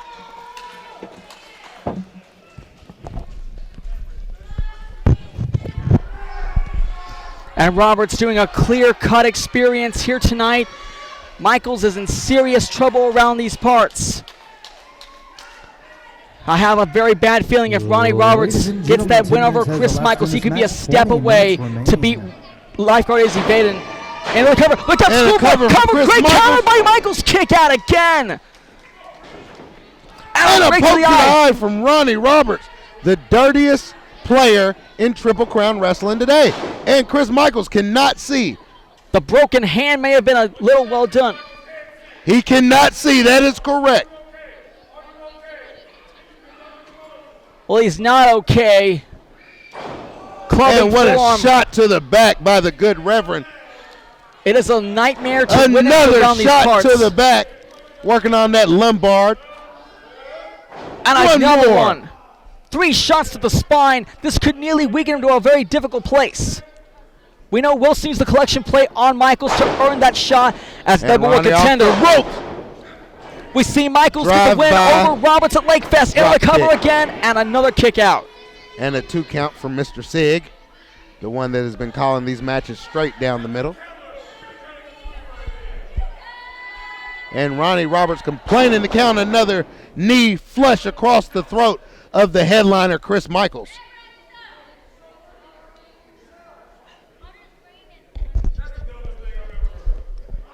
I must agree, it is kind of ridiculous. Under any basic excuses, Ronnie Roberts is delivering a very good takeover on Chris Michaels. I may not like his religion, but his matchups are a little bit too queasy. He is a wizard of the ring. Anytime he steps in, he is able to put his spell in the 4 corners, and he works it like magic. Ronnie Roberts is a revolutionary wrestler. In less than 27 days, Izzy Vaden knows the heavyweight title will be defended. Ronnie Roberts may indeed shake the very fabric of and TCW. What a punch to the midsection by Chris Michaels. Seemed to be fighting that fighting spirit from Nashville, Tennessee. Into a high knee from Ronnie Roberts. Higher knee, into the cover, kick out Michaels, there you go. What a knee flush to the chin and look of at Roberts. Chris Michaels. He's somehow slamming his body like a baby. He just couldn't believe he put down Chris, but instead he just kicked out again. The luckiest man in the house is somehow breathing its energy. And Roberts going to nearly flush the opponent down the toilet. Is Roberts going to nearly beat Michaels at his own game? Look out! Oh, leg drop, but big ducks! leg drop that's missed from the mid-rope. Once again, the tailbone got played out, and fortunately, it's Michaels' chance. Really working on that area, man. I'm telling you, Ronnie's been through a lot this match. 10-2 odds knows that Michaels can nearly distract Ronnie Roberts at a very firm play. It's wild to think that these guys have met 3 times in the last week. 2 times last week in Morgantown and Lakefest, and now they're handling it again for a third. Big elbow right across the chin. What a rubber match this has been to see who takes the series. It may be raining outside, but the action is packed up in here. Very good side slam. Michaels is roaring in this consideration. And the headliner feeling it from the crowd. The crowd definitely behind the Nashville boy. Trained in Franklin, Kentucky, I might add. Michaels somehow, some way, charging it up. Kick to the midsection. Kick to the midsection. A visit to the corner post. Big boot, reversal by Roberts. And because of Spinebuster! Yes! Cover again. Oh, wait! Oh, hold up! Brandon T. Wilson has emerged from the back. That crappiest piece of crud is just invading Michaels' space. Come on! Now hold on. He is the place that runs. He is the face that runs the place. Let him do what he needs to do. Ronnie Roberts might get an advancement skill. Oh, he just dropped that collection plate. And Michaels seizes it, but Roberts back up. Might have a last-minute experience. Heads up. Oh, and Millie is playing. Tony, did you see that? Oh, like lie, cheat, and steal. Tony, did you see that? Oh, no. Oh, no, Siggins. He's Robin. I think Chris Michaels just hit Ronnie Roberts with the church's collection plate. That can't be. Oh, God, not again. No. Ladies and gentlemen, we have a winner. I'm sorry. Nothing good comes from cheating, Tony. You cannot hit somebody with the collection plate. He didn't hit him. Roberts was mind fainting all the way. Are you sure? Yes, I'm sure. No, I don't know. I wasn't. Ladies and gentlemen, your winner of this contest as a result of a disqualification, Reverend Ronnie Roberts. Old school Eddie Guerrero, lie, cheat, and steal just came by out of nowhere. Well deserved victory from Ronnie Roberts, the ever opportunist. Like I said, man, you just can't hit people with collection plates, Chris Michaels. I'm sorry. Better luck next time. It looks as if we are taking this win back to the church. Look at Roberts trying to fake the injury. I hate this for Reverend Ronnie Roberts. It's a terrible thing that's happened to him. Hopefully he'll be healed by this championship match when he goes on to take on the TCW champion, Izzy Vaden. You think he'll be healed by then? Wish he'll be at 30%. My God, my God, my God. Hey, what's Chris thinking? What's Chris even thinking? What's he thinking? I don't like that look on his face. Chris, I would not do that, Chris. I would not hit the ref, Chris. I don't know what type of penalty that could bring you. Oh, I think about it, Chris. Think about it. The ref may have screwed Chris Michaels. He's threatening to somehow. Think about it, Chris. Michaels going to try to strike him. Chris, you don't want to do that. All because of his losses. I can't imagine to think of the fine that this could possibly bring. Wait a minute. Ronnie Roberts. Oh, please. Well, it's not Chris's. Give it back to him. May not have been a swell sight. Roberts is like officially going back. Michaels is like a... Just calm down now. It's like a rattlesnake trying to keep Ronnie Roberts at bay. Wants that collection plate.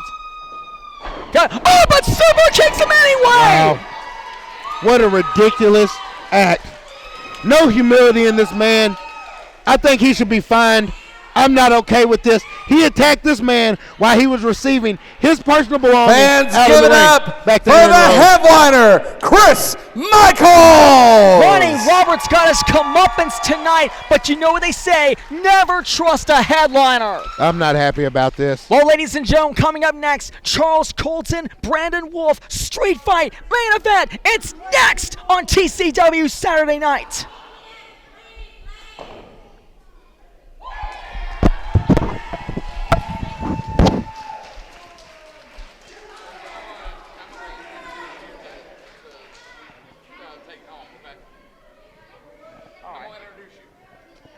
my name Tony Lane? Yeah. All right, thank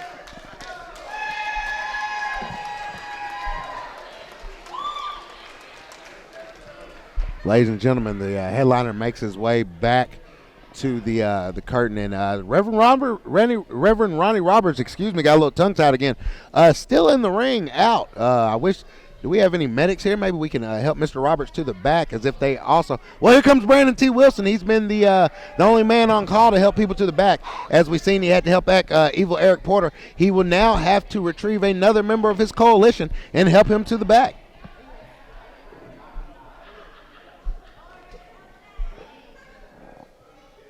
Man, Ronnie's out cold. Somebody get the Reverend some water.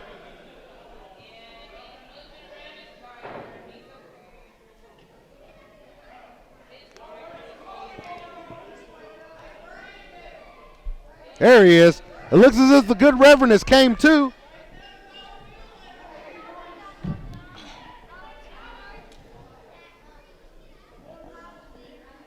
He looks a little dizzy. I think he got up a little too quick.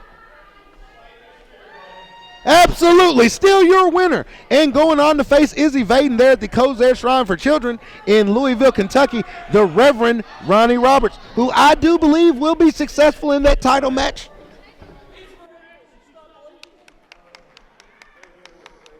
All right, Somerset, before we get to our main event, here to bring it home for you this evening, give it up for Mr. Tony Lane. And that is my partner, my friend Tony Lane, about to announce the last match of this evening. Ladies and gentlemen, live at the Center for Rural Development in Somerset, Kentucky, it's time for your TCW main event of the evening! This contest is a straight fight! There are no disqualifications, no countouts. There must be a winner, where the only way to win is by pinfall or submission. Introducing first, fighting out of the left corner, from Huntington, West Virginia, weighing in at 192 pounds, he's representing Creekwater Syndicate, and he's one half of the TCW Tag Team Champions, also co-holders of the UCW Southern States, and your reigning TCW Television Champion, Mr. Champ, Charles Colton!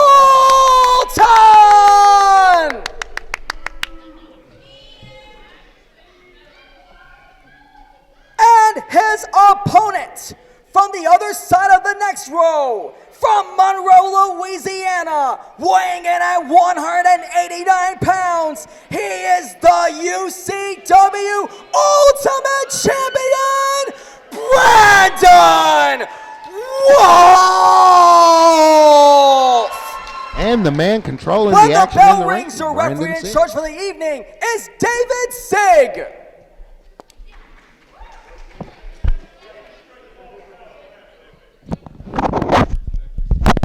People, it's time. It is time, people. Did a well done job, Keenan? Absolutely. You always do a great job, Tony. Love hearing your voice. A street fight. There is no excuse looking back. This is not for the prestigious, but hang on. What Sig is up against? Is he about to fight for the UCW Ultimate Championship? Who ruled this thing?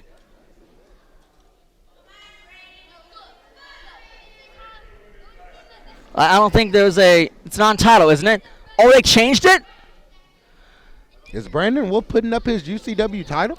Well, last time Lakefest he defended against Trace Evans, but unfortunately he went for anything but not Colton instead. So I guess we have to give it the UCW Ultimate title anyway. That's what it's looking like.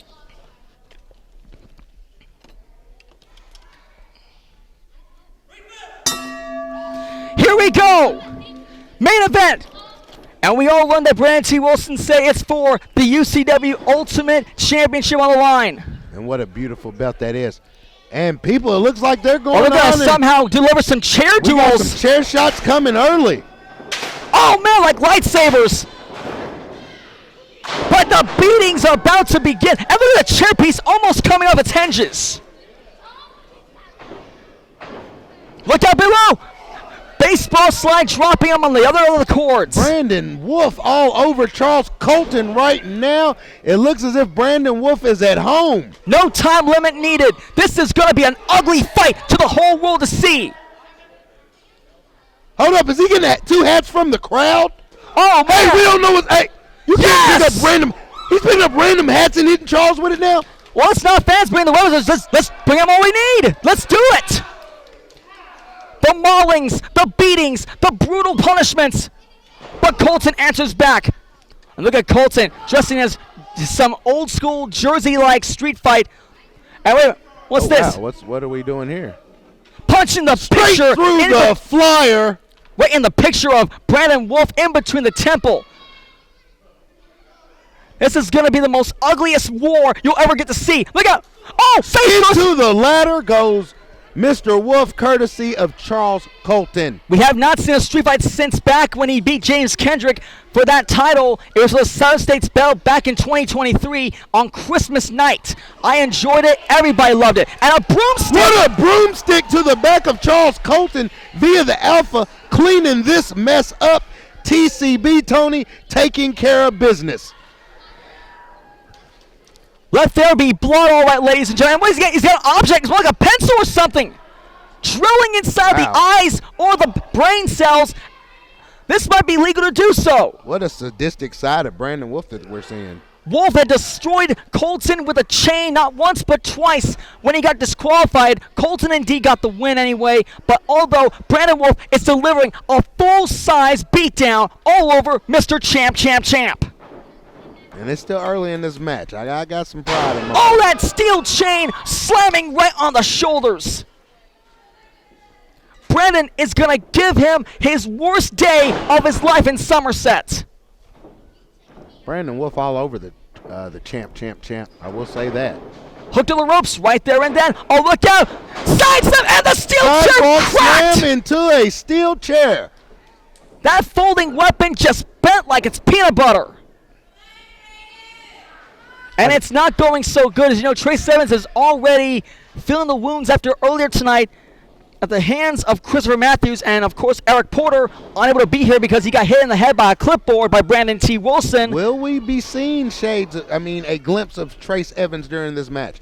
You know where one is, trouble usually follows, and anything is allowed in a Somerset street fight. It is all about the victory of what TCW is all about. No time limits. Let them fight. The gut by Charles Colton. It looks as if he's looking for a scoop slam there. And now takes it to the tree of woe in between the top turnbuckle pad, able to isolate the UCW Ultimate Champion. Midsection. And now, oh, wait a minute. He's going out Tommy Dreamer material. Wow. Look out below. Coast, Charles Colton. Straight to the face. And Wolf is getting severely broken. Let me ask you a question. What type of dressing do you like on your knuckle sandwich if you're Brandon Wolf? Well, I take a little bit of barbecue sauce for my own sake. End of the cover, hooks the leg again, kick out at 2.5. Wolf is in his famous traditional street fight material. He's not in his wrestling gear. He's going to give a little bit of an ass kicking he'll never, ever expect to see. Excuse my language here. Oh, wow. It looks like he fell over that trash can. Good set and pick by that trash can, actually. Well, that trash can ain't full enough full of dead moldy bread and rats all over the place. Right hand again by Colton, isolating the opponent.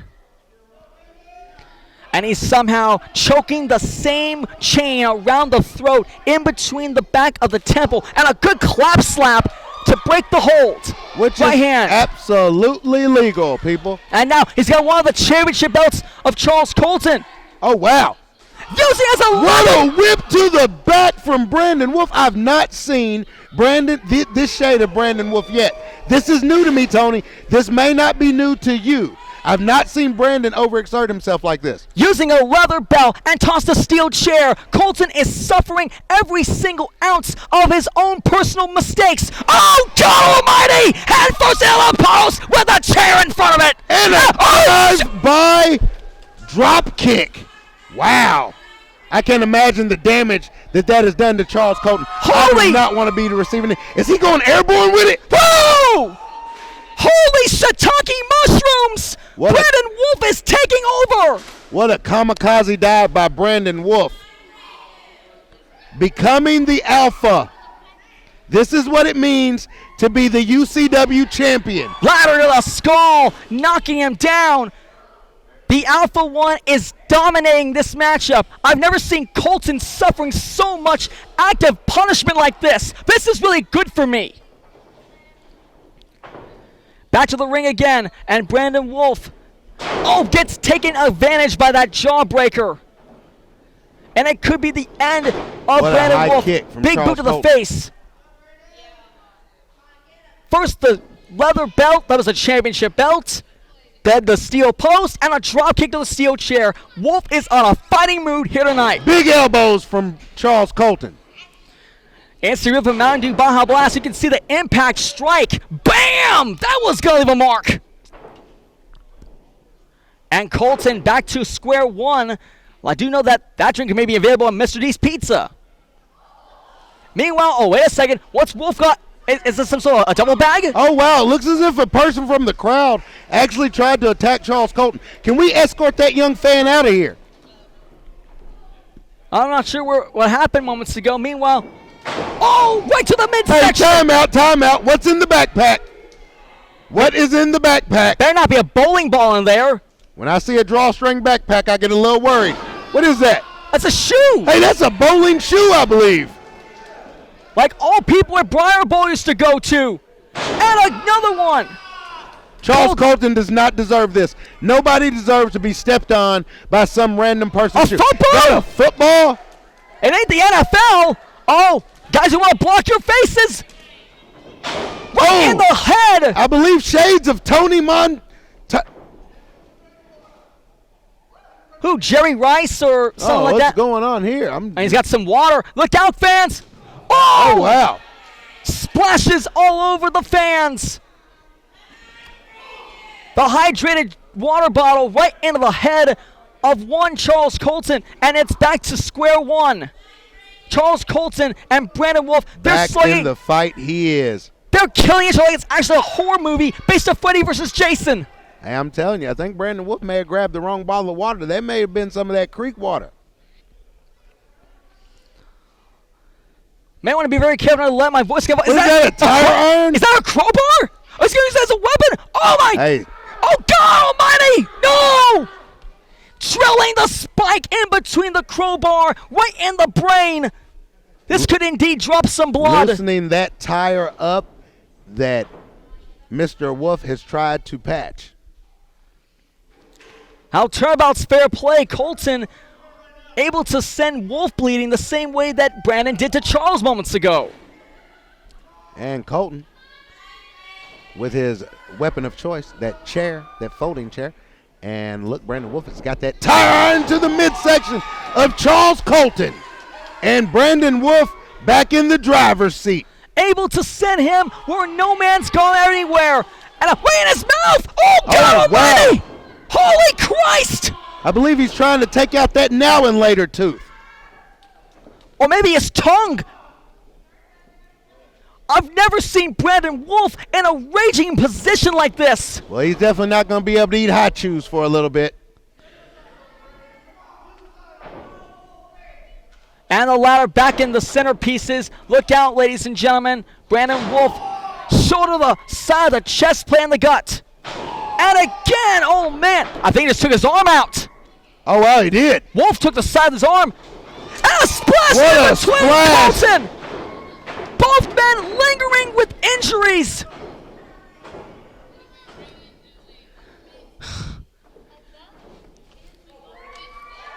I haven't seen this.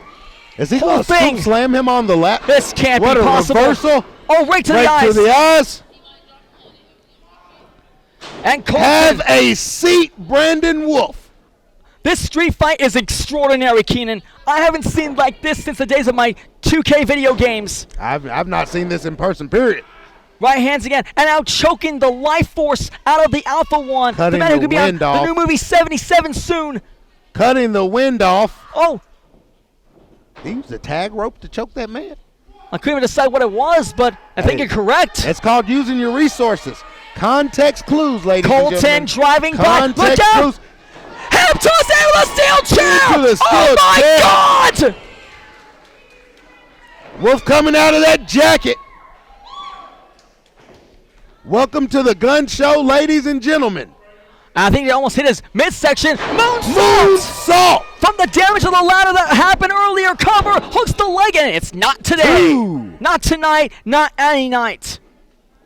Brandon Wolf is all over the entire scene. And he's using, a double bag! Oh, wow. He's trying to play blindfold. Brandon Wolf is all everywhere. Knee driver! Right into the skull, in between the That's sack. got to knock off your equilibrium, Tony. The cover, making his exhalation breath. Cover, 1, 2, and 2 count. Brandon Wolf moments away from victory, and he has to figure out another way to take out the best light heavyweight in the state.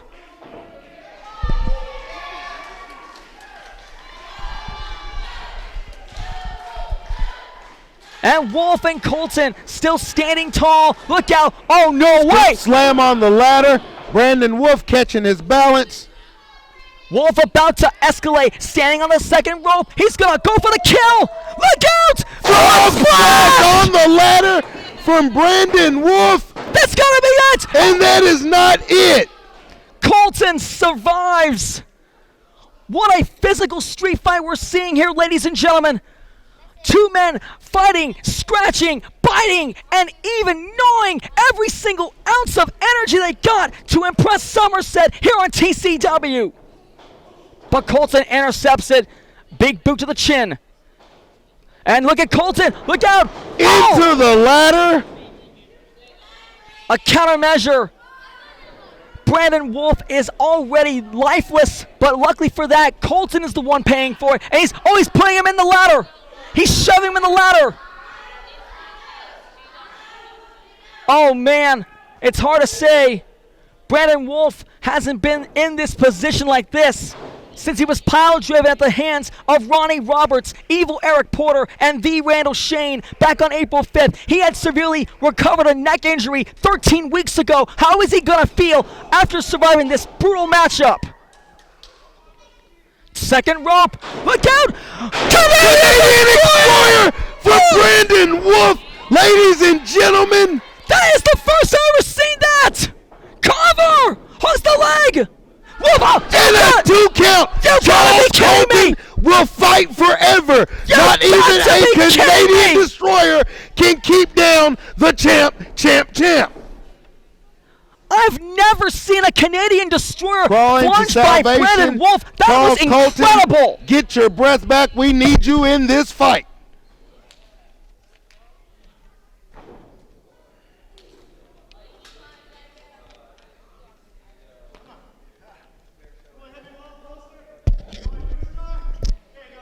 And back to where we left off. Oh, payback. People, this is personal. Punching into the paper in between the skull of Charles Colton. People, this is personal. We're not going to go out there until we see a winner in between Wolf and Colton. Uh-oh, get ready to hear it, fans. Whoa! Gotta open them sinuses up. And he's got that trash can driving on the spine. When did Brandon Wolf become the trash man? There hasn't been any weapon since the Belfast Brawl occurred many years ago, Keenan. I've seen lots of no-holds-barred, false count anywheres, and hardcore matches, but I haven't seen like this before in almost 2 years since I first came here. Tony, this is insane. Oh, but Wolf eats the steel post. I hope he didn't lose his teeth that night. It's going to be hard to chew tonight.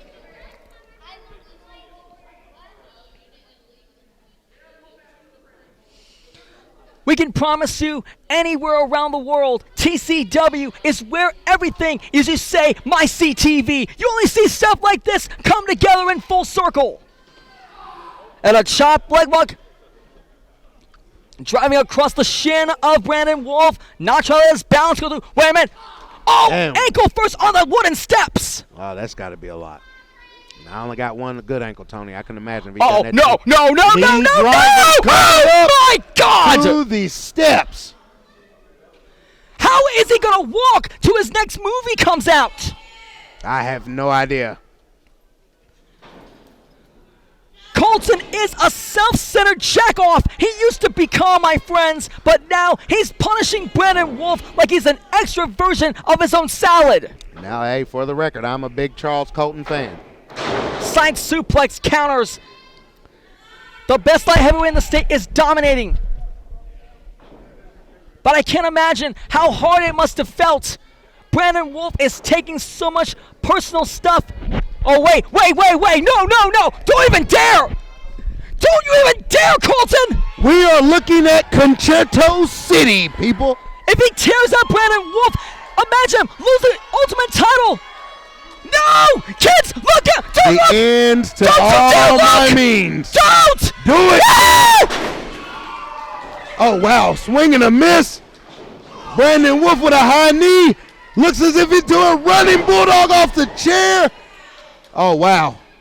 Colton almost created career disaster for the likes of one man like this. Oh, what are we looking at? Wait, what is Wolf doing? Surely not a frog splash onto the big elbow drop onto the chair. Looked like Brandon Wolf may have got more hurt than we thought. Brandon Wolf and Charles Colton are killing each other with everything they got. This is not for the UCW South States title. This is not for the television title. It's all about a physical fight between these two men. Who will gain ground? Oh, these guys hate each other, Tony. You can tell it. Oh, wow. Oh, the fired Colton! Oh, wow. Delivering the bird in between the face of Brandon Wolf. A little Rochambeau from Brandon Wolf. Oh, my. Look Thumbs out. up. Thumbs down. Low blow from Charles Colton, the ever opportunist, taking control of every opportunity. All legal in this street fight. And a DDT. What a DDT. I seen that head spike off that mat. It could be the beginning of the end for the Alpha. Instant replay from that elbow drop moments ago by Wolf. I thought he was going to do that moonsault, but he had some other plans. But Colton, if he almost killed Brandon Wolf, imagine the Ultimate title could be stripped and given to Brandon T. Wilson's army. That could be horrible. And Colton, I don't have a problem with it. Able to nearly know what his next move is. Here he comes. Oh, he's coming for my man, Charles. Hold up. Let me be the one to give Charles Colton this belt because it looks really good with you, sir. You got 3. Bell. How does 4 sound? The quadruple champ. He doesn't respect you. I respect you. Charles Colton, UCW champ. Count it. He may not be an Ultimate champion for long. He still has the grab for the gold Battle Royal contract that he hasn't cashed in yet. He did win the Southside title at Caverna, but imagine you could do it on Brandon Wolf. That might be the horrible scene here tonight in Somerset. The rule development would never be the same again. What a perfect place. What's more perfect than Somerset, Kentucky, for him to pick up his 4th title, Tony? You tell me. Mr. Quadruple Champ will not do a good work on us, and Wolf is already hurt. The low blow, another title face, ducks! He misses. Another knee driver right on the button. It looks as if Brandon Wolf's got the belt. Oh, no! Oh, no! Tony, this can't be happening. Colton This with the can't be title! happening. Wolf wins! Wolf wins! Wolf wins! Oh, wow. Your winner of this contest, believe this. I'm so Brandon Wolf! Ladies and gentlemen, it looks as if Brandon Wolf has snuck out of Somerset with that UCW title in this Somerset street fight. I'm disgusted. He used that title. He lowered the boom down on my friend Charles Colton. He covered him for the pin. 1, 2, 3. Never have I ever witnessed a match so punishing, so torturous, so grueling, so vicious as what we just witnessed here tonight. But in the end, Brandon Wolf, against all odds, pulls it out with a win. Injured leg or not, Wolf is standing tall. What a night we have had here at TCW Wrestling. 5 big One more fights. time, give it We had up a good for Hall of Fame Brandon induction. Wolf! All right, everybody get home safe. Safe travels. It's Keenan Bell. And Tony Lane here. We'll be seeing you next time for Paducah. I have to say, the summer tour couldn't get any better. Till next time, thank you, Rule Development and Somerset. Good night, everybody. Absolutely. We'll see you in Paducah.